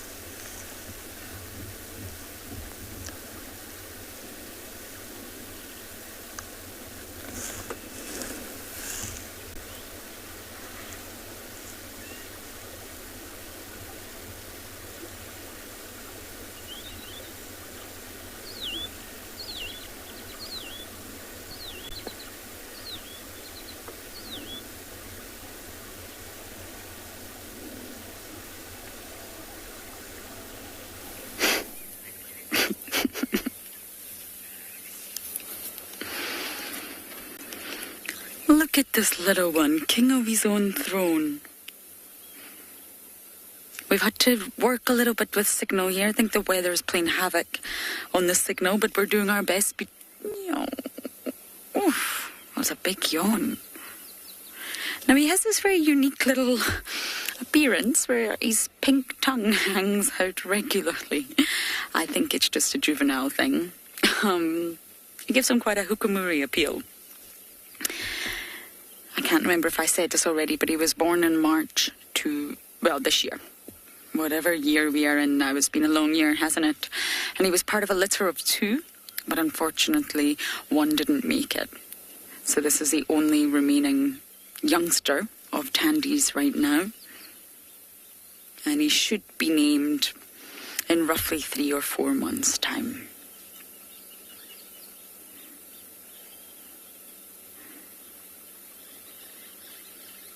He's got a lot of growing to do. This is going to be one big male leopard. You just need to look. It's like a puppy. He doesn't quite fit his paws. He doesn't quite fit his body yet. He looks a little bit awkward, as most young animals do.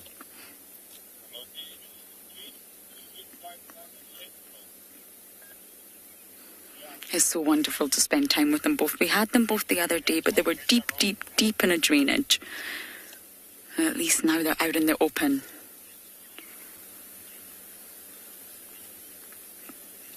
Linmar, you're right. They're so independent. He's very much with Mom right now. She's in the marula, snoring her head off behind us. But the solitary life of a leopard means that they are taught independence from a young age, and it's quite admirable. They really, really, although all the leopard cub wants to do is be with Mom, they need to learn how to survive and thrive out here on their own. They need to learn what to eat, what not to eat, what's painful to touch, what's not painful to touch. Oh, we're going to move. Hopefully not too far. Go and see Mom. Look at his little awkward body.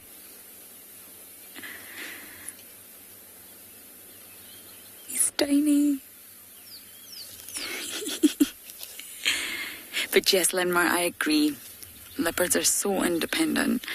I have so much respect and admiration for female leopards. I really do.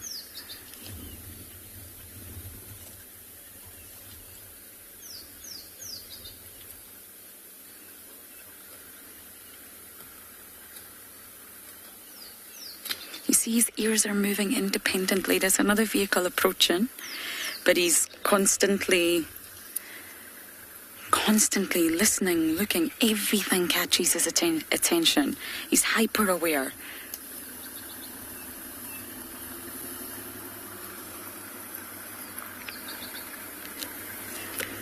I think he's still a little bit nervous. There's another vehicle. Bill gets a little bit nervous around the sounds. Linda, absolutely. Panting is just breathing. It's just called panting because it's at a rapid rate. It's just breathing. It's inhalation and exhalation. And we breathe, we don't really pant. Maybe some of us do, I'm not sure. And he's just panting fast because he's maybe a little bit too hot and he's full.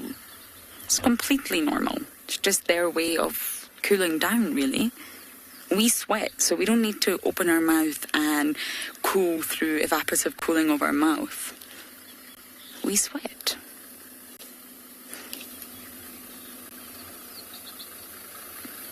So this is not the best views, I'm afraid. We'll try to reposition, and you're going to go over for another beautiful silent moment with Tswalu.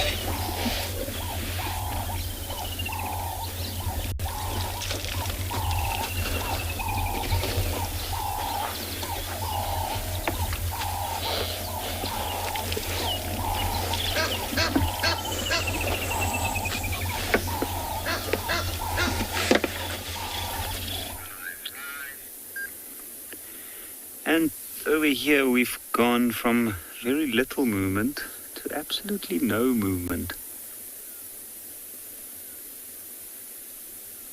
You can see there's not too much happening, not even ears flicking or tails twitching.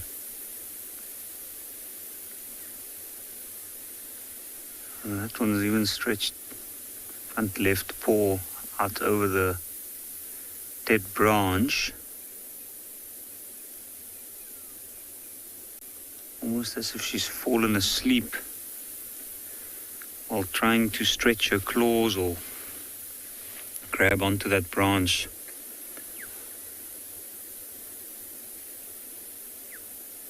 Now,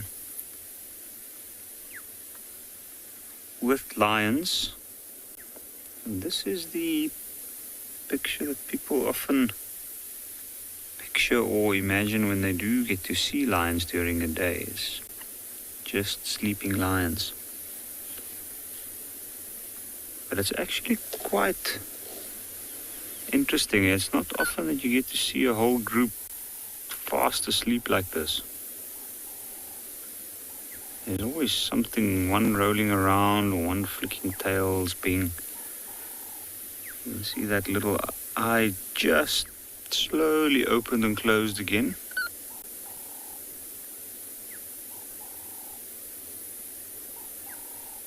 And that's the thing about this predator, and it's what makes them so remarkable, is even though they look fast asleep and like they're not doing much, they're constantly paying attention to their surroundings.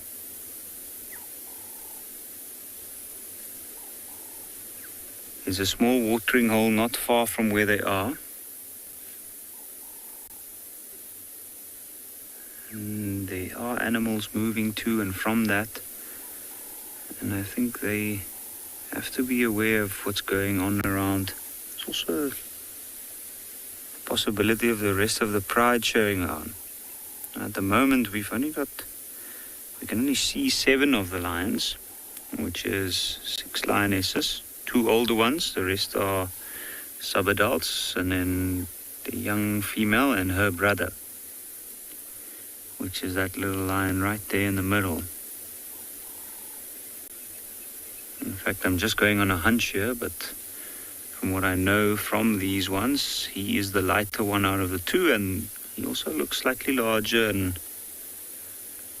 stronger built than his sister.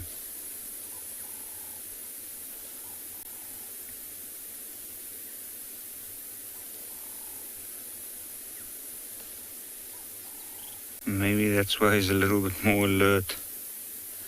He realizes that he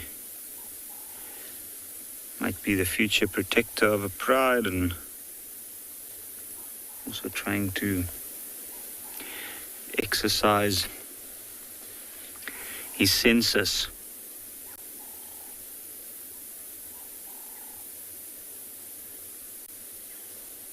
Now, we do know that once the young male lions like this one gets older, they get posed with a lot of challenges.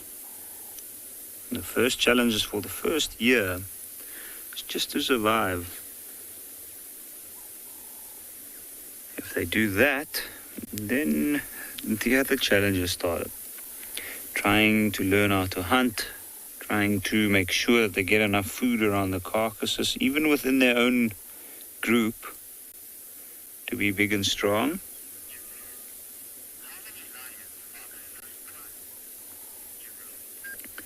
Jerome, in this pride, there are 18 lions all in all. That includes the 2 males that are the fathers of the cubs and all of these young ones. And then other than the 2 males, there are 6 older lions. And then there are 8 of the sub-adults, and then the 2 younger cubs. That one laying right there, that's one of the sub-adults. And she has actually got a sister, and that's the one with her belly and her face facing us. And I'm not sure whether one of the larger lionesses, I can't see clearly, but it might be that she might be the mother of these 2. Have a look at that one, the eyes half open, with the cheek in the dust or in the dirt. I think she's gone into a dip of deep sleep there.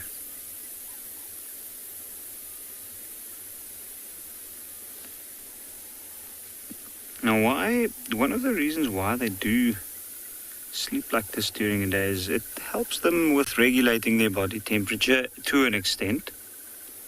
It helps them also not to expend too much energy. A creature like a lion, even at this age, spends a massive amount of energy when they move at night time, when they have the advantage, when it's cooler, and also when they're hunting. And that's why during the daytime we mostly find them laying down like this.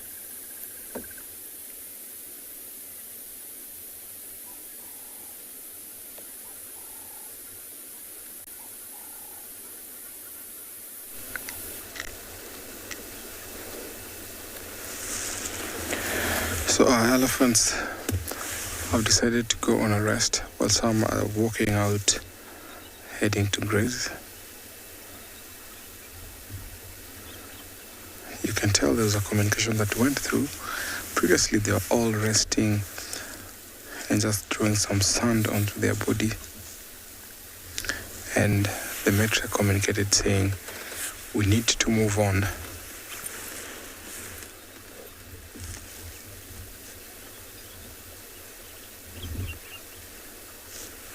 Sometimes it's also interesting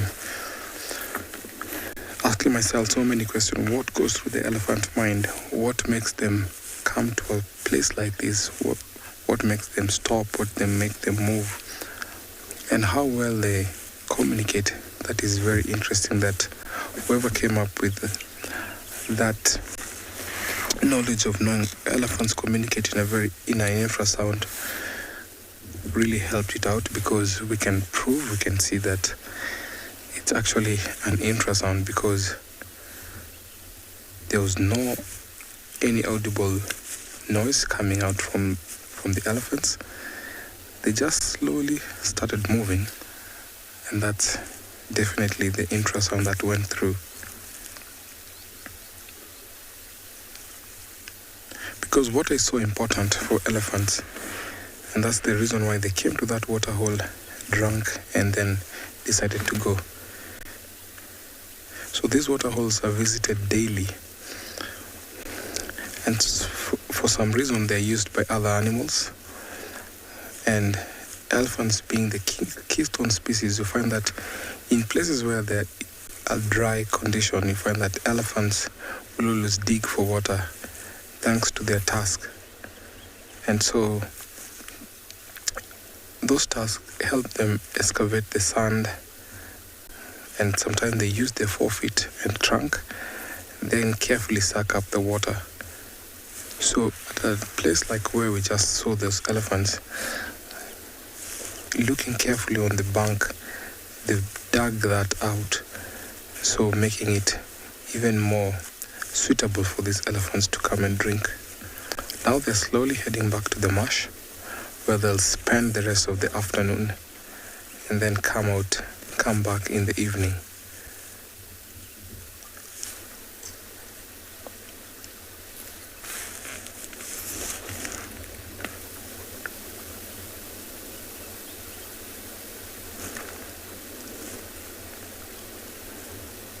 See, I can see the other elephant herd way further up on the screen. So they'll always join into these marshes. They'll join to feed and then separately walk back. So once these elephants gather at a place like that, they'll always be following the mother's communication, the matrix communication, because they are key responsible for the matriarch, because once they mingle, they cannot understand another matriarch's communication. So the key role of the matriarch really helps them whenever they congregate in such places.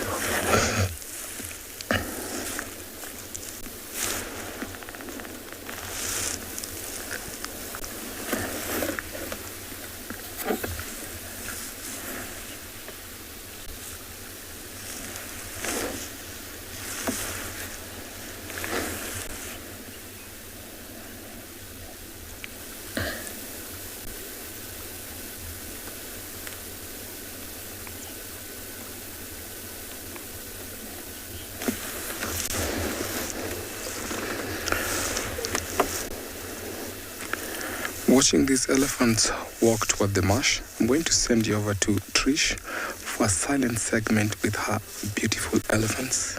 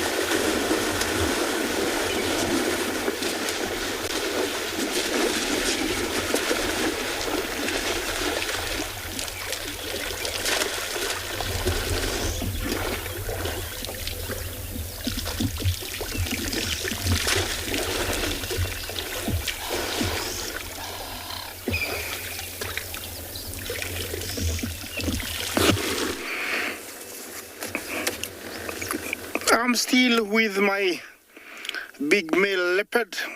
He's been cutting through crossings, cutting through grass, crossing streams, looking for something, and he is on a hunt. Finally, I've come to realize he is hunting.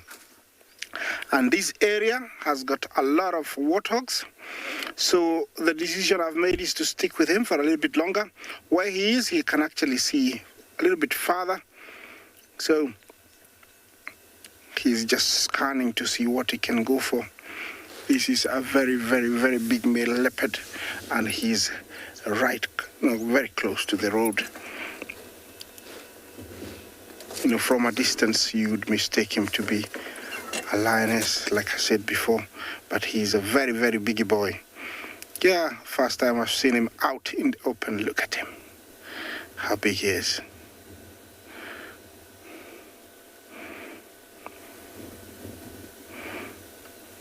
A very, very strong animal, very aggressive, equipped with very good senses, and this is one heavy one. He's walking like he doesn't care about any other leopard. The only thing that would worry him here of predators would be, a lion or a lioness.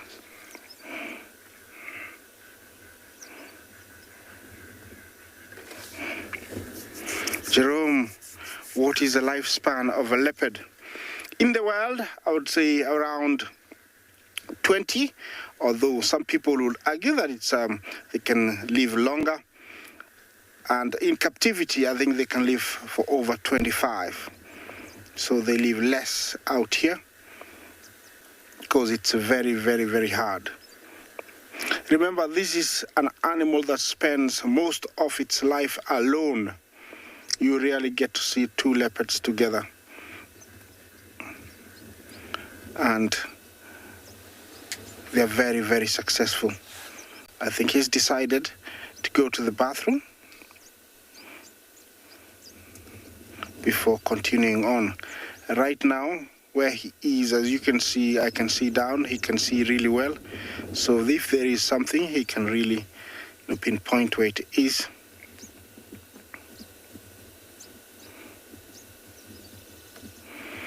This is one, enemy number one to the Maasai people, because leopards are very secretive, very shy, and also their good camouflage makes them hard to spot.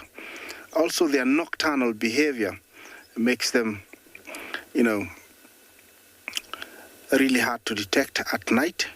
And so they come to villages close to where I live, and they are the biggest culprits in taking goats, dogs, and even sheep. They always patrol villages, hoping to find that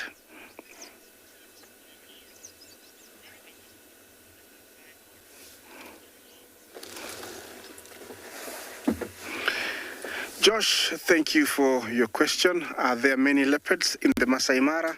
Yes, there are very many, but to see them is very hard because of the terrain. Long grass can hide very many of these guys. Every day I drive and get back to camp, I sometimes think of how many leopards I've driven past, and sometimes I think even 10. And leopard is another cat that you'll only see it when it wants to be seen. It can disappear on you. While you're watching it, it can go through a bush and there it goes, disappear completely. So it's one of those animals that are very hard to see or spot if you haven't seen one, or if it doesn't want to be seen. So they are there, but very shy, very secretive, and with their good camouflage, makes them very hard to see.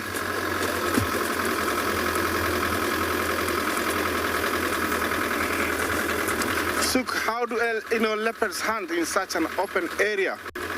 Well, they have an amazing way of stalking.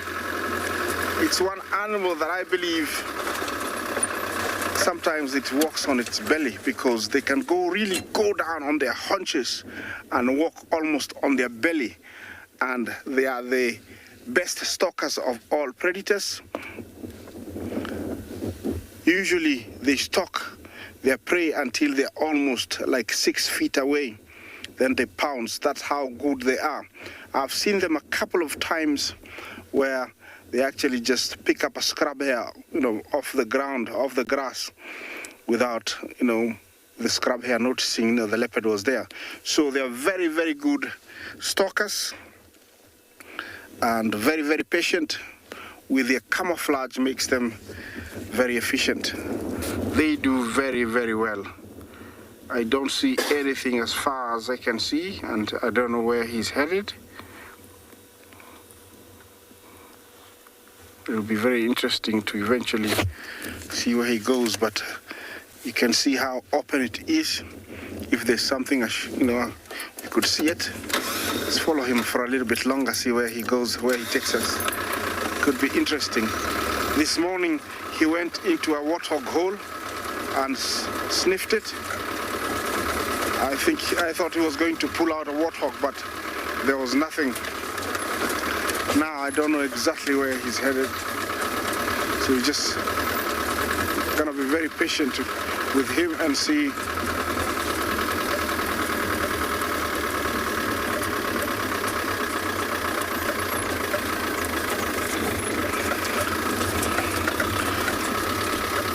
Could you repeat that question? What do they have on their skin? I didn't hear that. Looks like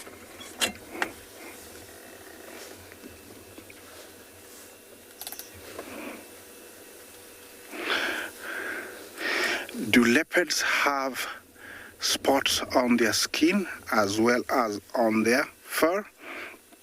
Very good question. I would say they have it on their fur. They don't have it on their skin.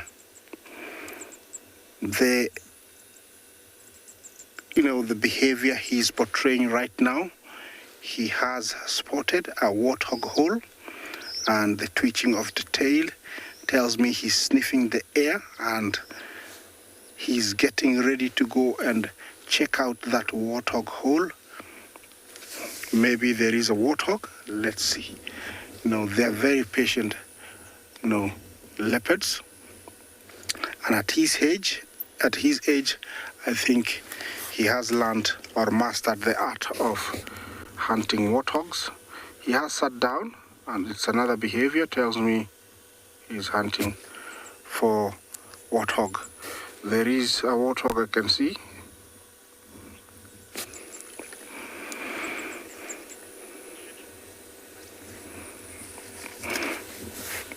Well, I think this is so beautiful, but I'm gonna stick here for a little bit longer. Let's send you to Trishala, see what she's got on it.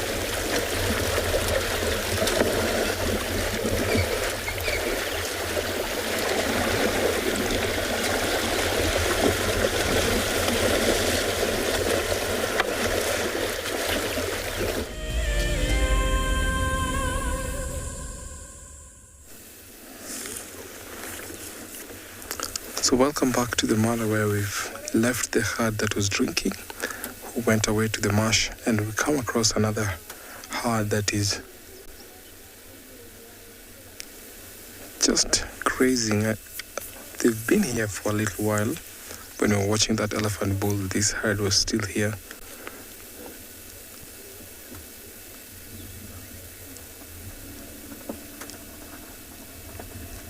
There's 3 families here, so that is one big family. There's one to our left, and to our further left, there's another one.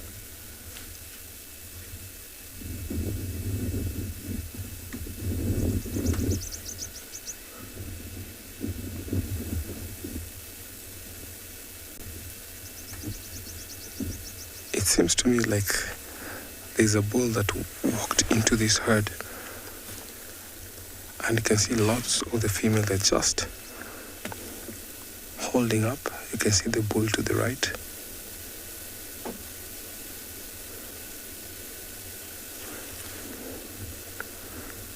When bachelor bulls walk into these herds, they always stop what they were doing. They just watch them because some of the females actually are in fright, or some of the younger bulls, and you can see they're always protecting their young ones. Look at how they've circled and placed the calves in the middle.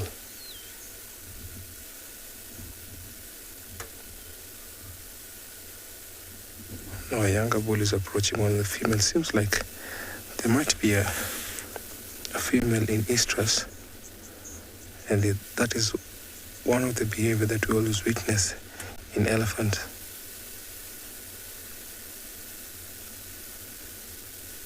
See, like they're pushing him off.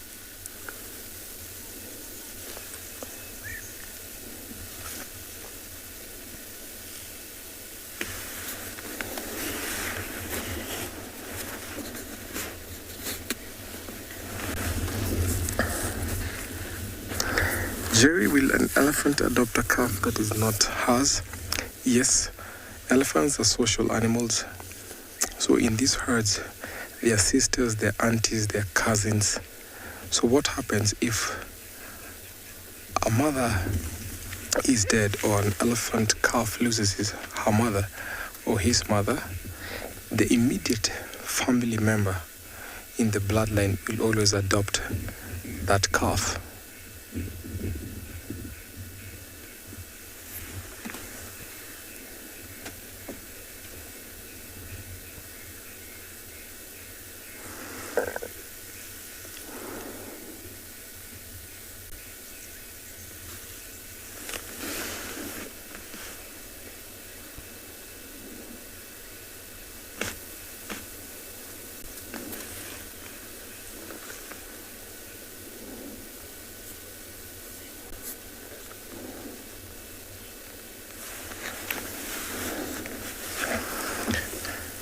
Zay, what are the biggest tasks that I've seen on an elephant? There was one big elephant bull. His name was Tim. I used to love watching that bull. So, unfortunately, the elephant died from old age. He had tusks which weighed about 80 and 85 kilos. The tusk was so long that they could actually touch the ground. We have very big tuskers. We have elephants that I cannot disclose their location because of for their safety. We have still elephants that have very long tusks that they literally touch the ground. So maybe I would say about 2.5 meters in length.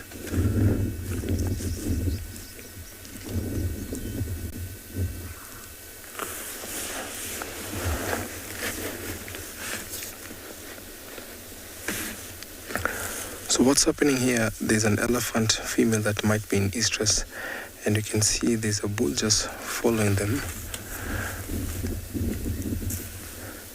In order to ensure the best gene for their offspring, female will always pick a suitable male which is older, and then the female will more likely select when it comes to mating.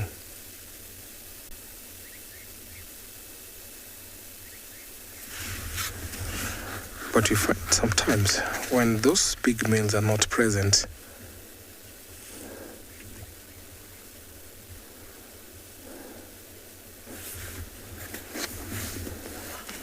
German gypsy, it seems like elephants in the Mara have white tusks. I think the reason being here is we are currently in our short rain period. So when it rains, lots of the time you find that the tusk will be cleaned off by the rain droplets that will clean off the mud on their tusks. But if you come during the drier weather, you find that their tusk will be covered in cambium. That's a component that is always on the barks of trees. There'll be lots of mud and brownish color from the soil when they are digging for minerals. So it's only because of the rain.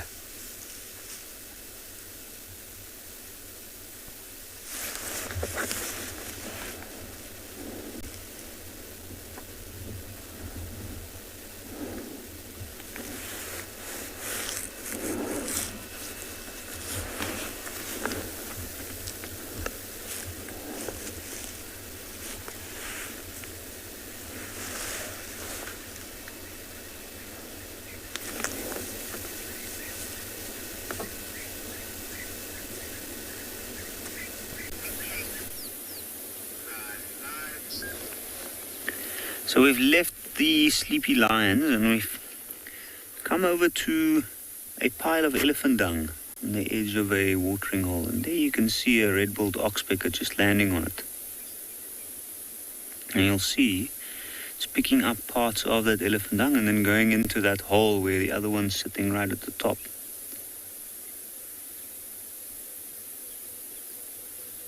Now my guess is, I've seen about 3 around here. So my guess is that it is a nesting pair that's actually started lining the nest on the inside with dried out elephant dung. The material's quite soft. The dung looks very, very old.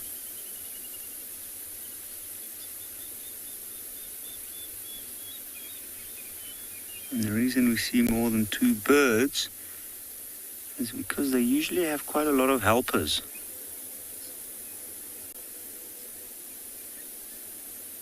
Mature chicks from previous broods. And what a safe spot. Right next to the water's edge. It looks like an old leadwood stump, more than likely. It's a very, very hard wood, solid wood.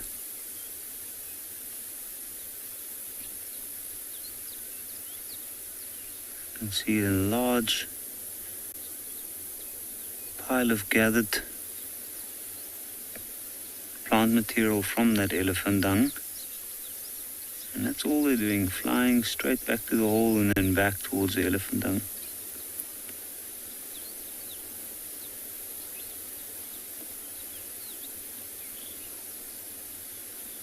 It's quite interesting to see. The one actually made space and the other one waited its turn to go in. Now this is a part of oxpeckers we don't often see. Ooh, we've got some Egyptian geese with some goslings. Look at them all huddled together.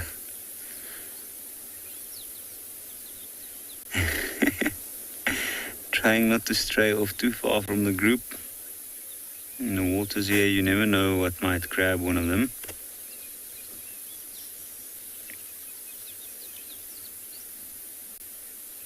And they do look quite different from the adult. And this is the first time I'm seeing the goslings here, so I'm assuming it must be relatively recently that they've come around. Here we can see what looks like a southern masked weaver.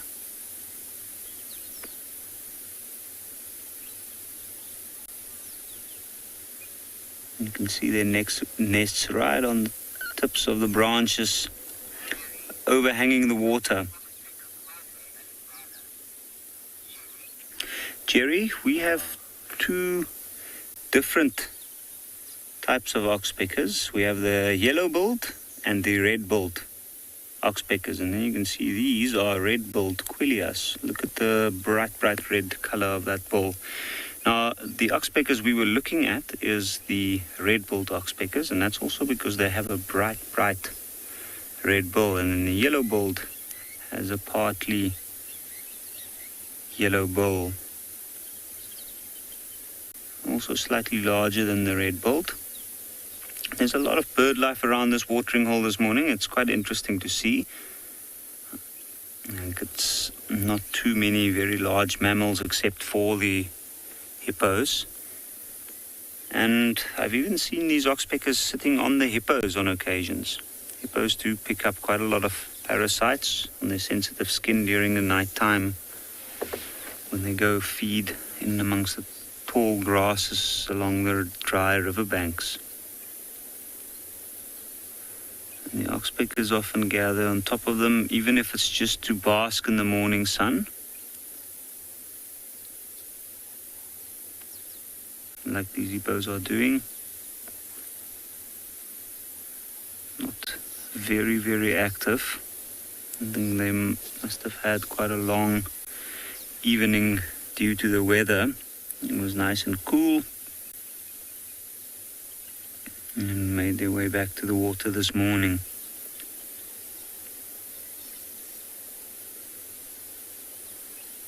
Now, what's interesting with the oxpeckers is this is actually a nest in a dead tree near a big watering hole. It would be a very good placement of a nest. It's the best spot to start out from in the morning. There's always large herbivores or animals covered with ticks that do tolerate the birds. Come down for an early morning drink, especially in summertime when it gets hot early on. So that gives the oxpeckers the chance to grab or latch onto one of those and then at least spend time on them while they're in the vicinity of the watering hole.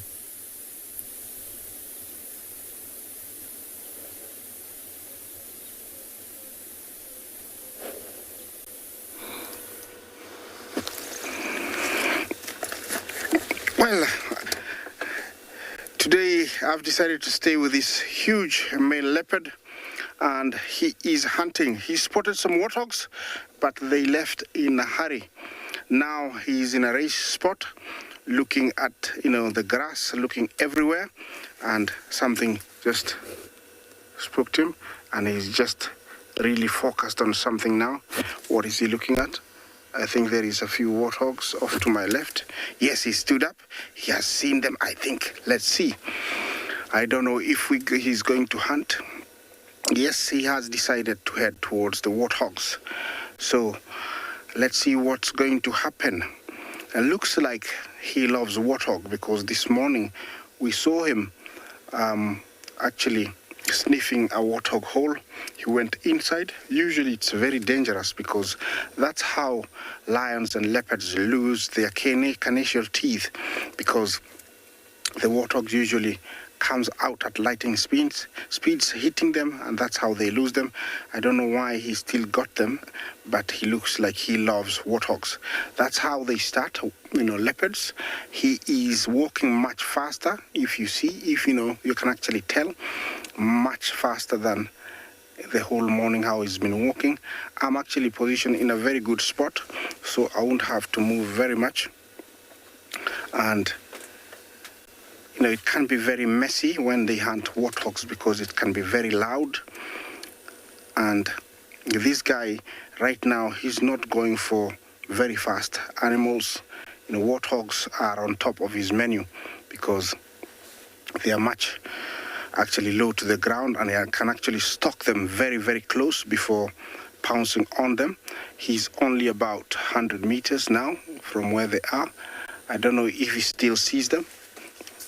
They're off to his right. I don't know if he's heading the right direction or he didn't see them.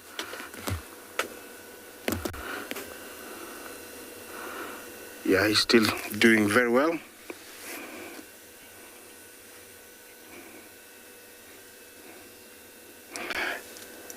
Heather, is there anything the leopard cannot hunt? No, they hunt almost everything.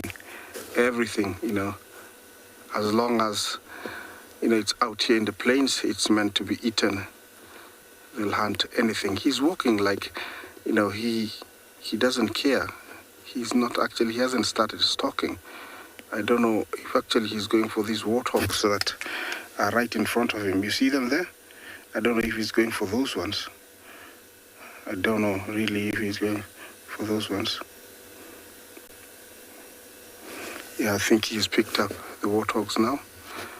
I don't think he was going for those ones, but he has picked up that they are there.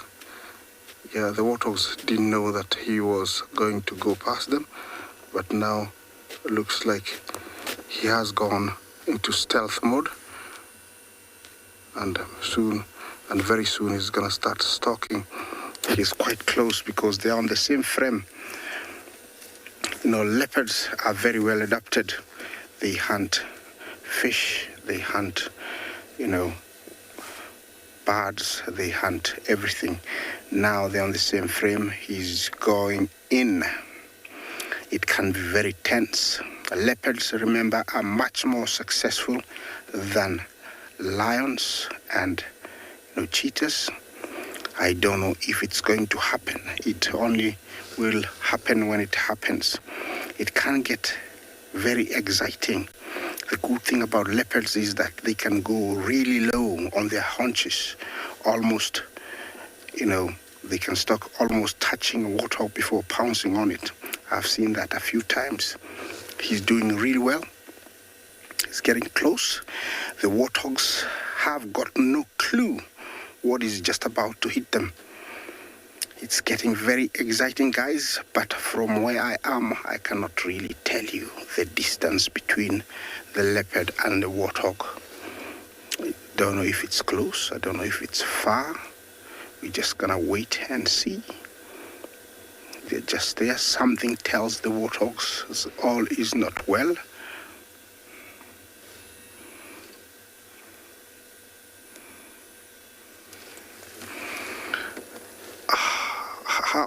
I don't know if you ask how sharp is the warthog eyes.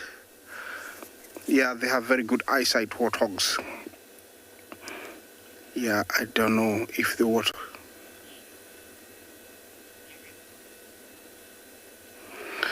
Oh, how sharp is the warthog hearing? It's very, very sharp.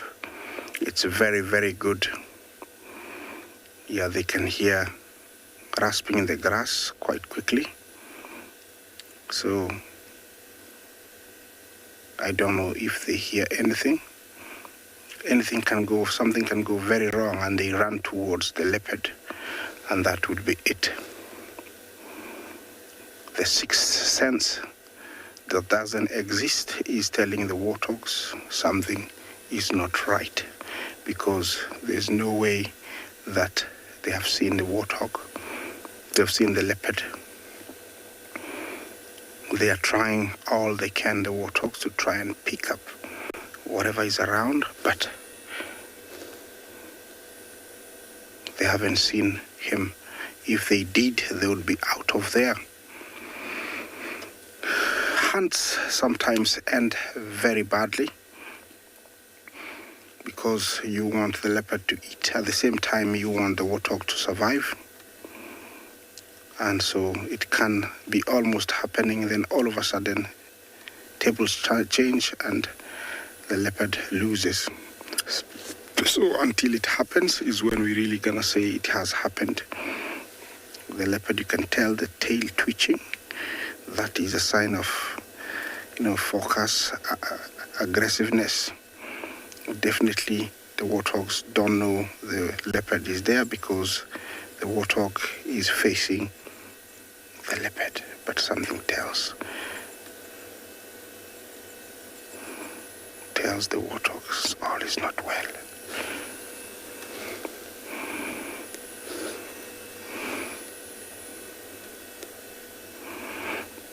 warthog senses are very good. Hearing, sight, and smell, very, very good. But because they're very short, they can easily be stalked by many predators.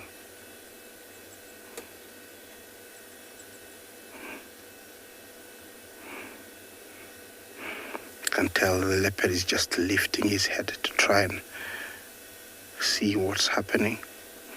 I think the sixth sense in warthogs has kicked in, and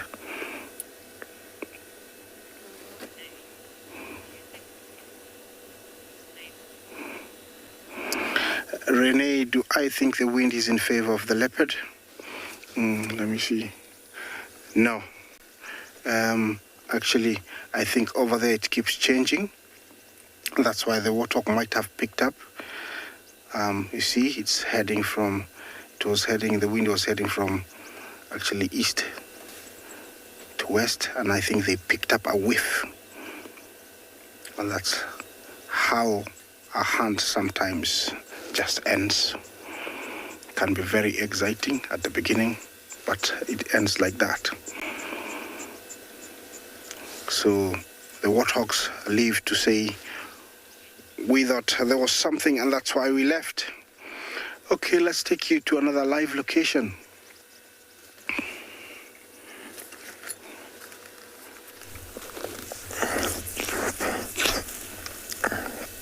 That was a very intense moment.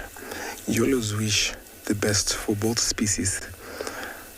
So I'm not sure what becomes more heavy than the other, but it's nature. But here we have our elephants who are closing in towards the vehicle. It's very, very nice. We're surrounded by elephants.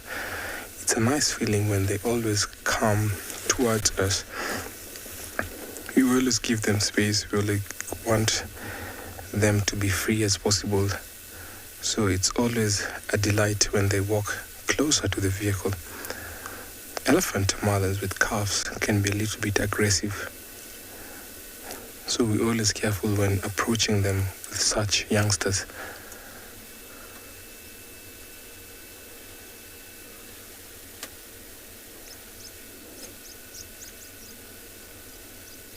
Just listening to them plucking the grass is amazing.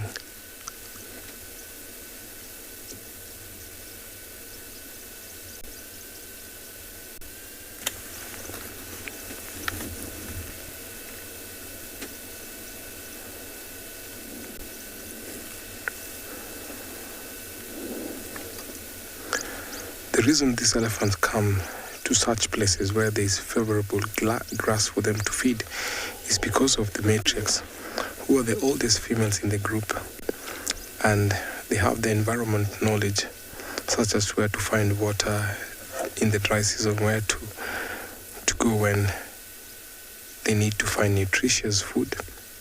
She knows which other species can be dangerous, such as lions. She can also distinguish between human voices, which is very, very interesting because we are living in an environment, in a place where it's not fenced. We are harbored by neighboring Maasai community. So sometimes elephants walk through their settlements. So with that intelligence, they can be able to distinguish between human voices. It's recently been researched that they are more fearful to men voices. Actually, they'll not be in fear when they hear of women talking. That was research in Amboseli, one of our most researched elephant species that are in Amboseli. I am sure it's by far the most researched elephants on earth, because it began way, way early in the late 70s. So you find that when elephants are walking through the neighboring settlements,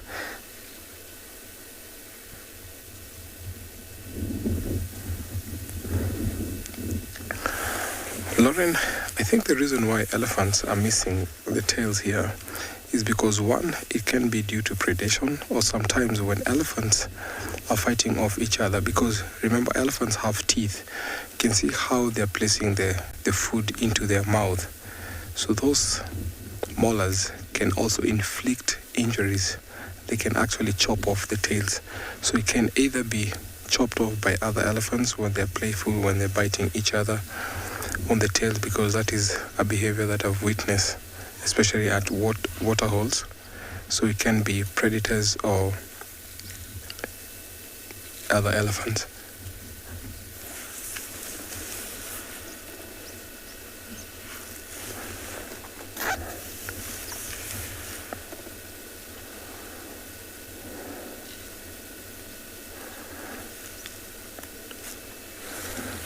Like I just told you earlier, we have about 3 elephant families that are close to here.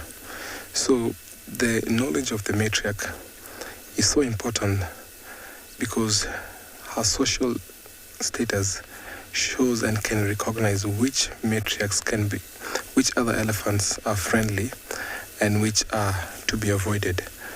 So for example, when the bulls walk too close to the calves, they can tell which ones to be avoided, which ones are friendly, and which families to be avoided, because like us humans, they also have stress, they're social, they have personalities. So the matriarch has that intelligence to tell which ones are friendly and which are not.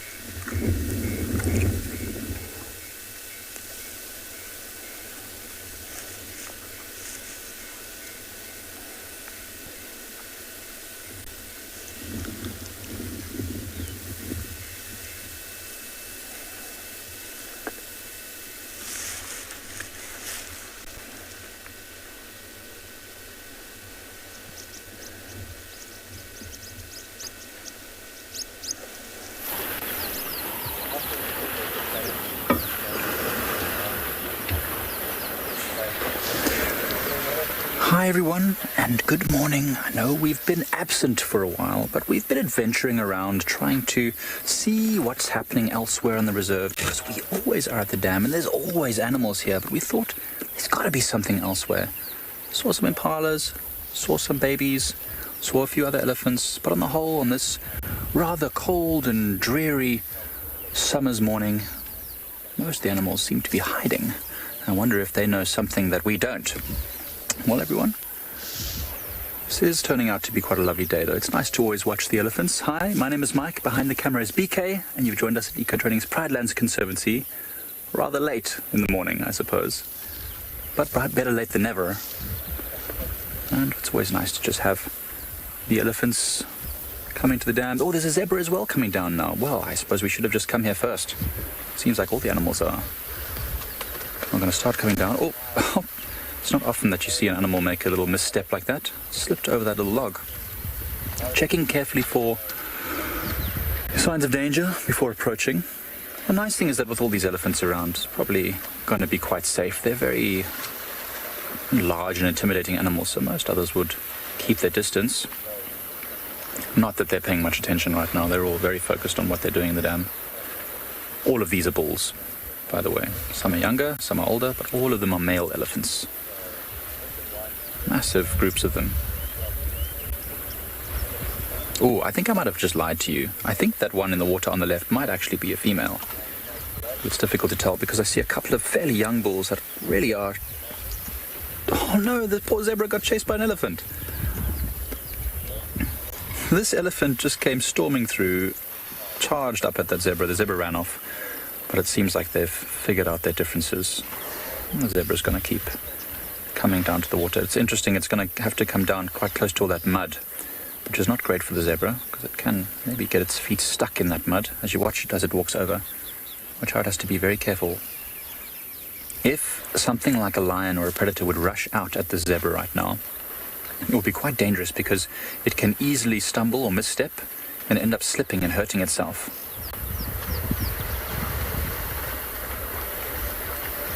Algebra girl, I have heard elephants with blocked noses before, where you could literally hear that they were struggling to breathe through the nose, and sometimes when they try and trumpet, it sounds muted.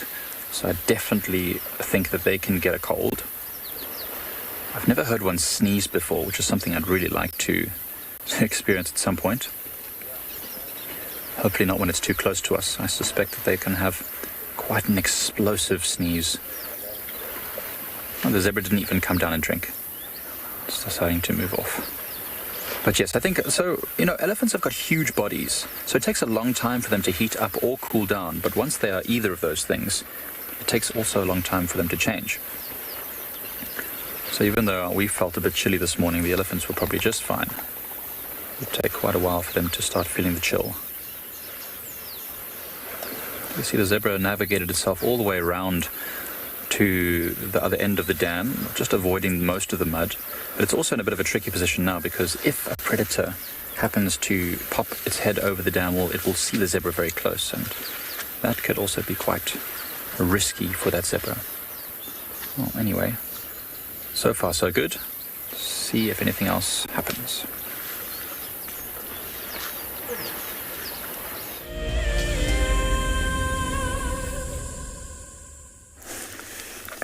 So welcome back to our Mara elephants, and look at how close they are to our vehicle.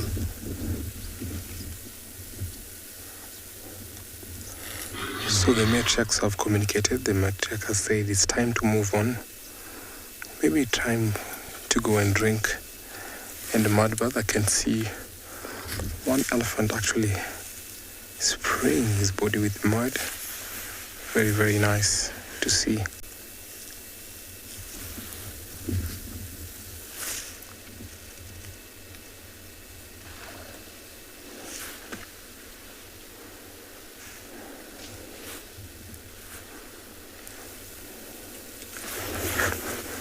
Just want to position you where you can see the elephant dung spraying, mud spraying to his body, which is always a nice behavior to witness.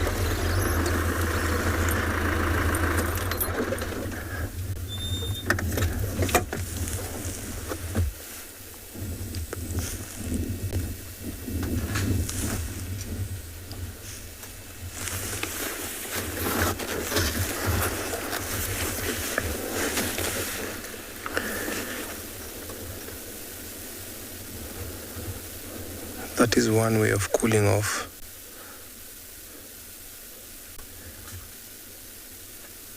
Sometimes they can also spray their bodies with water and mud. But mud is also a very important feature in their cooling off.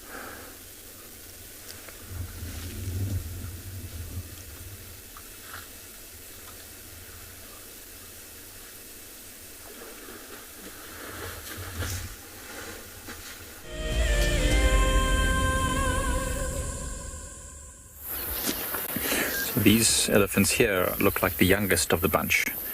Almost too young to really be part of a bachelor group like this. But then again, it's always very difficult to tell when they're in the water just how big or small they are, especially because there's some shallow sections and some deeper sections. But these ones definitely look a bit smaller, especially the two on the left. Look quite a little bit smaller than the others. I wonder if maybe they're at that teenage age where they're starting to get pushed out of the herd. And so they're spending more and more time away from the mother and the sisters and the younger elephants, spending more time with the bulls. And they're all basically staying around this dam. And they can communicate over huge distances, so I'm sure it would be easy enough for them to find their way back to the herd. But eventually they'll get moved out. They'll spend all their time with the big boys. Oh man, every single time I'm here and I watch these elephants, I always wonder how is it that they don't really hurt themselves or each other with those tusks. What on earth is that elephant doing? Do you see that one, BK? This one was doing a very strange thing. I want to see if it does it again. Jerry, I've never seen an elephant choke on water, but I suppose it's possible. You know, it's just like, you know when you're swimming or showering or something and you breathe up in your nose and the water goes right into your nose and you just get this terrible pain in your sinus and you have to sort of sneeze out the water. So I think it can probably happen with elephants too. Their nose is a lot longer, so it would take a lot more effort for that to happen. I've never really seen it, but it could. So this one elephant, I think, was just enjoying blowing bubbles and bobbing its head. It was like doing a weird thing that I've never seen an elephant do before. It almost looked like it was, dancing to some music. I was making a joke to BK earlier that there must be two different species of elephants here, because we've seen grey elephants, and then all the other elephants, well, like at the moment, every elephant that's dry has this red colour, and it's because of the earth is very iron rich in this area, and so there's a lot of red coloration in the soil. That's the rust, the iron oxide, and so when they throw the dirt on themselves, they turn this reddish, rusty brown colour, which is quite interesting. You'll see it often in different parts of Africa, where you see elephants, for example, in Namibia, in Etosha. The ground there is full of calcrete or calcium, and so you'll find when they throw mud on themselves, they turn white in colour. It almost looks like someone's literally painted them white. And in other places, the mud is very dark, and the elephants will be almost black in colour. I think that's also to do with why you get some people thinking that with the rhinos, when there's black and white rhinos, that it's to do with the colour, but the colour's got nothing to do with the rhino and everything to do with the surrounding environment and the dirt. This bigger elephant now coming into the water to join the rest, having a little bit of play. So look at the colour difference there. The ones that have been playing in the water, very dark, and the one that was out, super light and red colour, full of that iron oxide.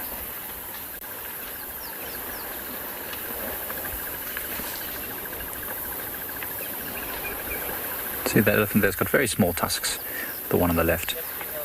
It's purely genetic, nothing to do with the age necessarily. Solomon, elephants can range in size.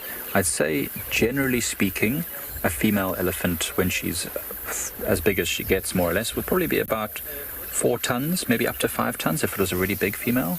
Male elephants generally about 7 tons is the average sort of a fully adult weight when they get in their late 40s.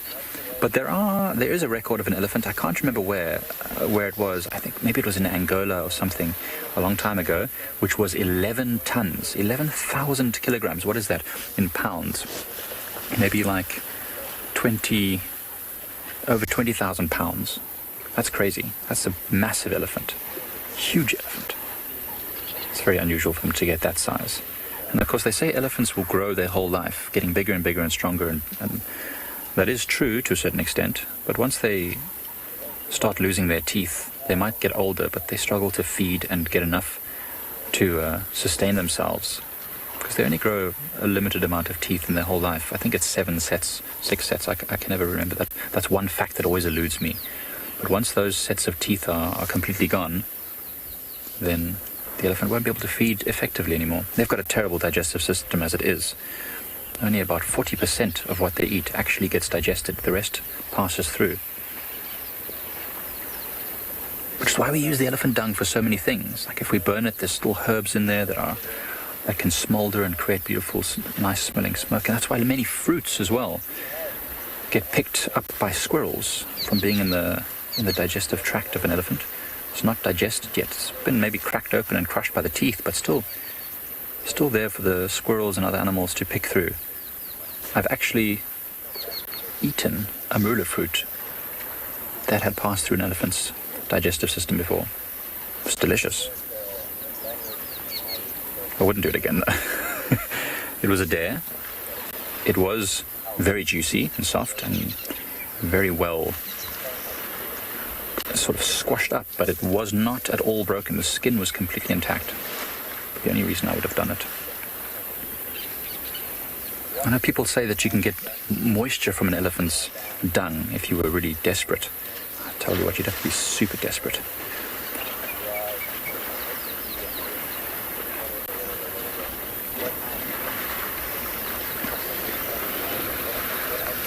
Bernard, I think they would. If it was a tiny, tiny elephant, it might happen that a big crocodile would, attack them. It would be very unusual, especially with all the adults around. Like this kind of situation here, more likely what would happen is a crocodile would be trying to avoid the elephants, and the elephants might step on it, and then it would snap at the elephant. And I've seen videos and images of elephants trying to drink, and a crocodile snapped at their trunk and then been flung up into the air. So it would be a very silly crocodile that would try and attack an elephant of this size. They would almost certainly get really, really badly injured. They've got powerful jaws, though, so I'm sure elephants have lost the tips of their trunks to crocodiles before, but it would be an unusual event. Oh, look, there's a warthog that's come down now, and he's about to start. It looks like he wants to snuffle up some of the dirt and maybe churn it up to have a bit of a mud wallow. Well, he's very far away, and the light is very dull. Oh, he's just having a bit of a drink. So a warthog would definitely be, and this is a big warthog. Look at the tusks on that thing. You can see actually there's two sets of tusks. There's the ones on the top jaw, and there's ones on the bottom jaw as well. Now the bottom jaw's tusks are sometimes known as tushes, and they are very, very, very sharp. And that is the weapon that they use to defend themselves. The top ones are more for fighting for females and defending themselves against, other warthogs. Also, a protective shield if they're ever attacked from the front by something like a leopard. But certainly it's the bottom ones that are really the weapons. Top ones are more for intimidation. And those warts, the big warts on the side of its head, that's protection as well. Not from predators, but from fighting with other warthogs. Strong animal, powerful little creature. So overlooked. Many a leopard has been badly injured and even beaten, maybe even killed. Not directly, but indirectly by injuries from warthogs.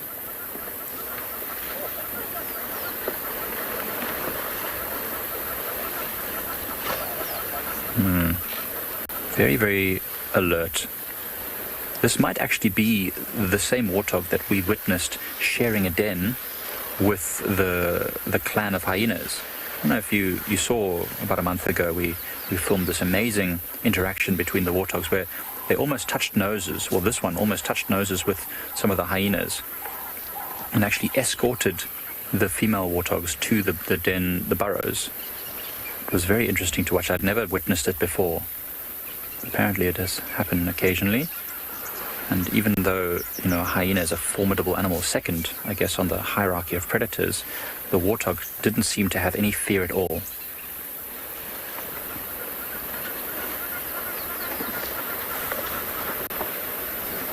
Becky, warthogs are not ordinarily dangerous to humans. I mean, they're pretty skittish animals, as you can see. They jump and they run away from stuff quite often. When a warthog would be dangerous to humans is if they lose their fear of humans, if they become very habituated, and then you start to get closer to them. Often is the case if you feed these animals. So that's why we always tell people never feed animals, because they become dependent on it, and then it might become aggressive if it doesn't get fed.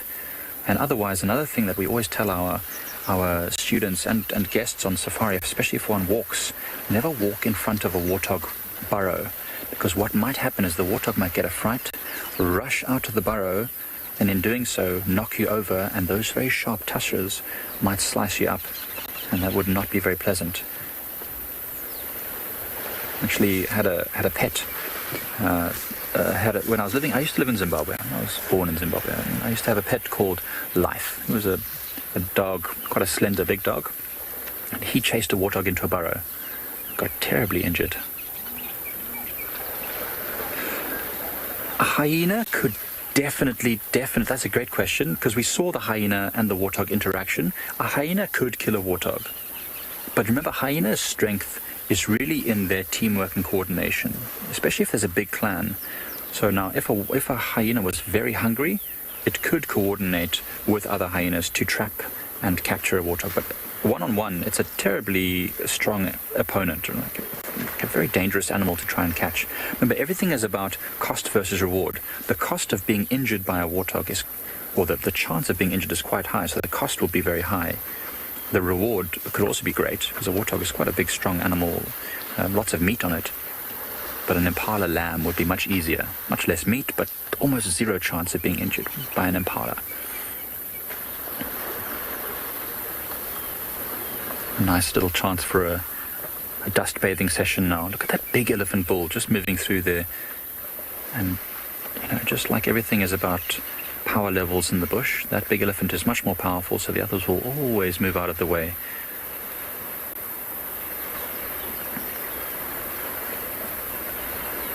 I know, warthogs are not to be messed with. I tell you what, I've seen warthogs chase cheetahs off carcasses before.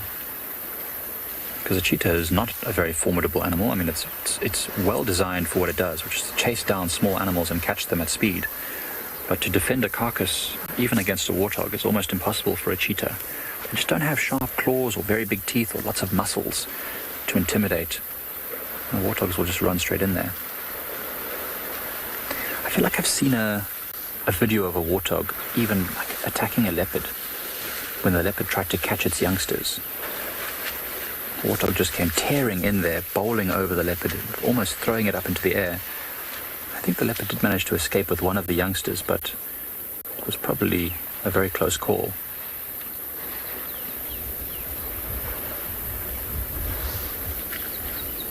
As you can see now, a lot of the elephants are starting to make their way out of the water. Time for a bit of a dust bathe and maybe go for a bit of breakfast. Lovely.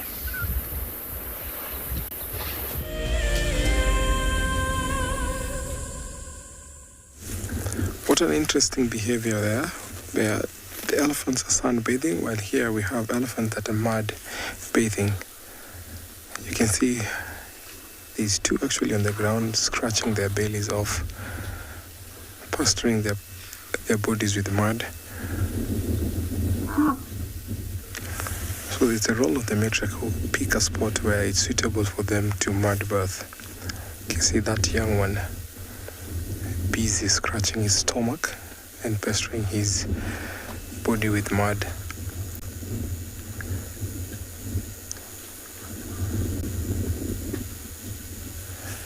Mud bathing increases the body cooling by 8 times much better than cooling off with water.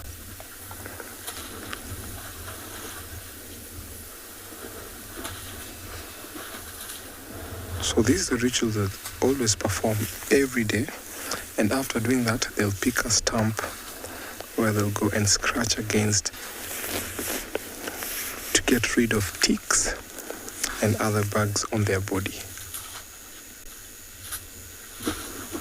As the mud sticks off and dries off, it will create a protective layer like a sunscreen that will protect them from the biting insects and also the sun.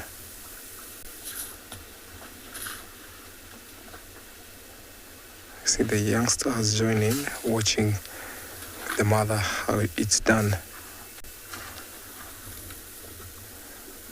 That little one is so much trying.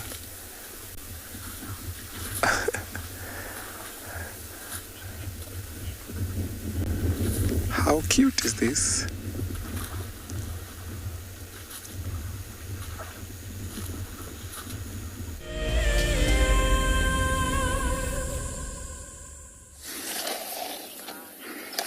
We absolutely Ferrari safaried here from the very eastern side of Buffelshoek. We had some dogs, but unfortunately it was just far too far for us. So we Ferrari safari to the Wig's house. Now, I know some of you are concerned, I'm aware of that we haven't seen Olivia, because I check every single day, as you know. And I also can't see her. We can see a parent, or a parent's back. I'm not sure if it's mom or dad. So I don't know what to say at this stage. Olivia seemed to go walkies. She was obviously a lot more stable on her feet than we realise, and she moved herself from her original nest site. But I don't imagine, I think this is mum, and I don't imagine mum would sit on this I think it's a tamboiti tree, without Olivia being nearby. I am thinking that we just can't see her. She's shifted into the vegetation. The weather's changed, remember? We've had lots of rain, it's overcast and it's cold. So I'm wondering, I don't think we have enough time today, but this afternoon, we're down in the Mulwati. If we position ourselves up on Twin Dams Road looking down on the embankment, I'm wondering if we can spot her. But please don't worry, I will update you every single day on Olivia.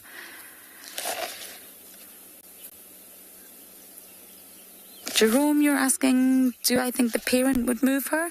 I don't think the parent can. They communicate verbally, but I don't think mum or dad can really move her. They're raptors. Owls can be classified as raptors. They seize with their talons. So I don't think they would be able to pick Olivia up and move her without risking injury. She's still very small and fragile. And owls' talons are very, very sharp. They're weapons. That's how they seize their prey. So I think she's still here, and humans, including myself, are notorious for panicking a little bit too early. We all panicked about Corky's daughter. We all panicked about this. We all panicked about that. Because it's natural. It's human instinct. We care so much. So I think at this stage, this afternoon I'm going to come back. It'll be a different time of day. And we'll park in a different position and see if we can get any view of her. We won't disturb her, but as long as we can see some grey down of some sort and we know that she's still there, then we can put our mind at ease.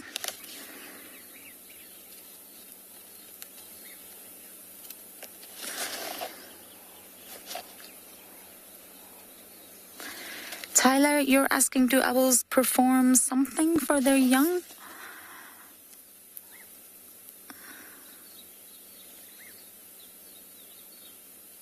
A contact call, yes, they do. There's a contact call. Sorry, I didn't make that word out there. Mum calls to young or Olivia. Olivia calls back. And we watched it happen a lot with Sebwig last year. And Sebwig did move as well. Another reason I don't want anyone to be concerned. I promise, I don't have the answers right now, but I promise I will come back in the afternoon and we'll look, we'll search. And we'll update you, as we always do, because I think we've all sort of grown to love Olivia. But what's nice about looking at the adult here is you can see the tail feathers. We don't normally get to see them. You see it. Maybe Theo can give us a nice close look. These are called the retrices. Not all feathers are the same. I mean, a feather's a feather, but there's different types of feathers, and these are the retrices. Or you can call them tail feathers. And they're very, very rigid and structured. They're not sort of soft and flimsy like down feathers.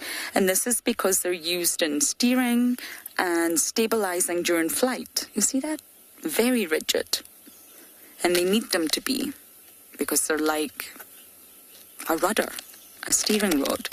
And normally they have some melanin in them. They're normally darker in most birds because that strengthens them. Melanin is a pigment that's very strong. And you can see the bars there, nice barred pattern. I don't think it's quite black, but it's a very dark brown. And that probably assists in strengthening the feathers a little bit more. So although we can't see Olivia right now, it's nice to get a sort of bottom view of the adult. We don't normally see the tail feathers. And I think because it has got its back to us, I say it, I think it's mum, that Olivia's on the other side. I think, and I hope. Please don't worry, everyone. We absolutely will get the answers for you. But I think because mum's facing that way, Olivia's just somewhere we can't see. But I promise I will check this afternoon.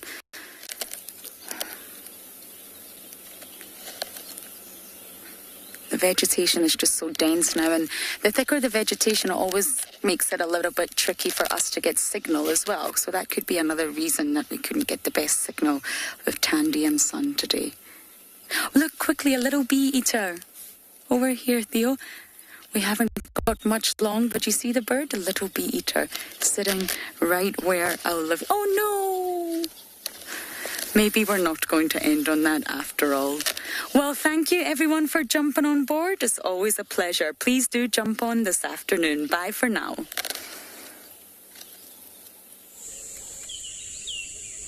Yeah.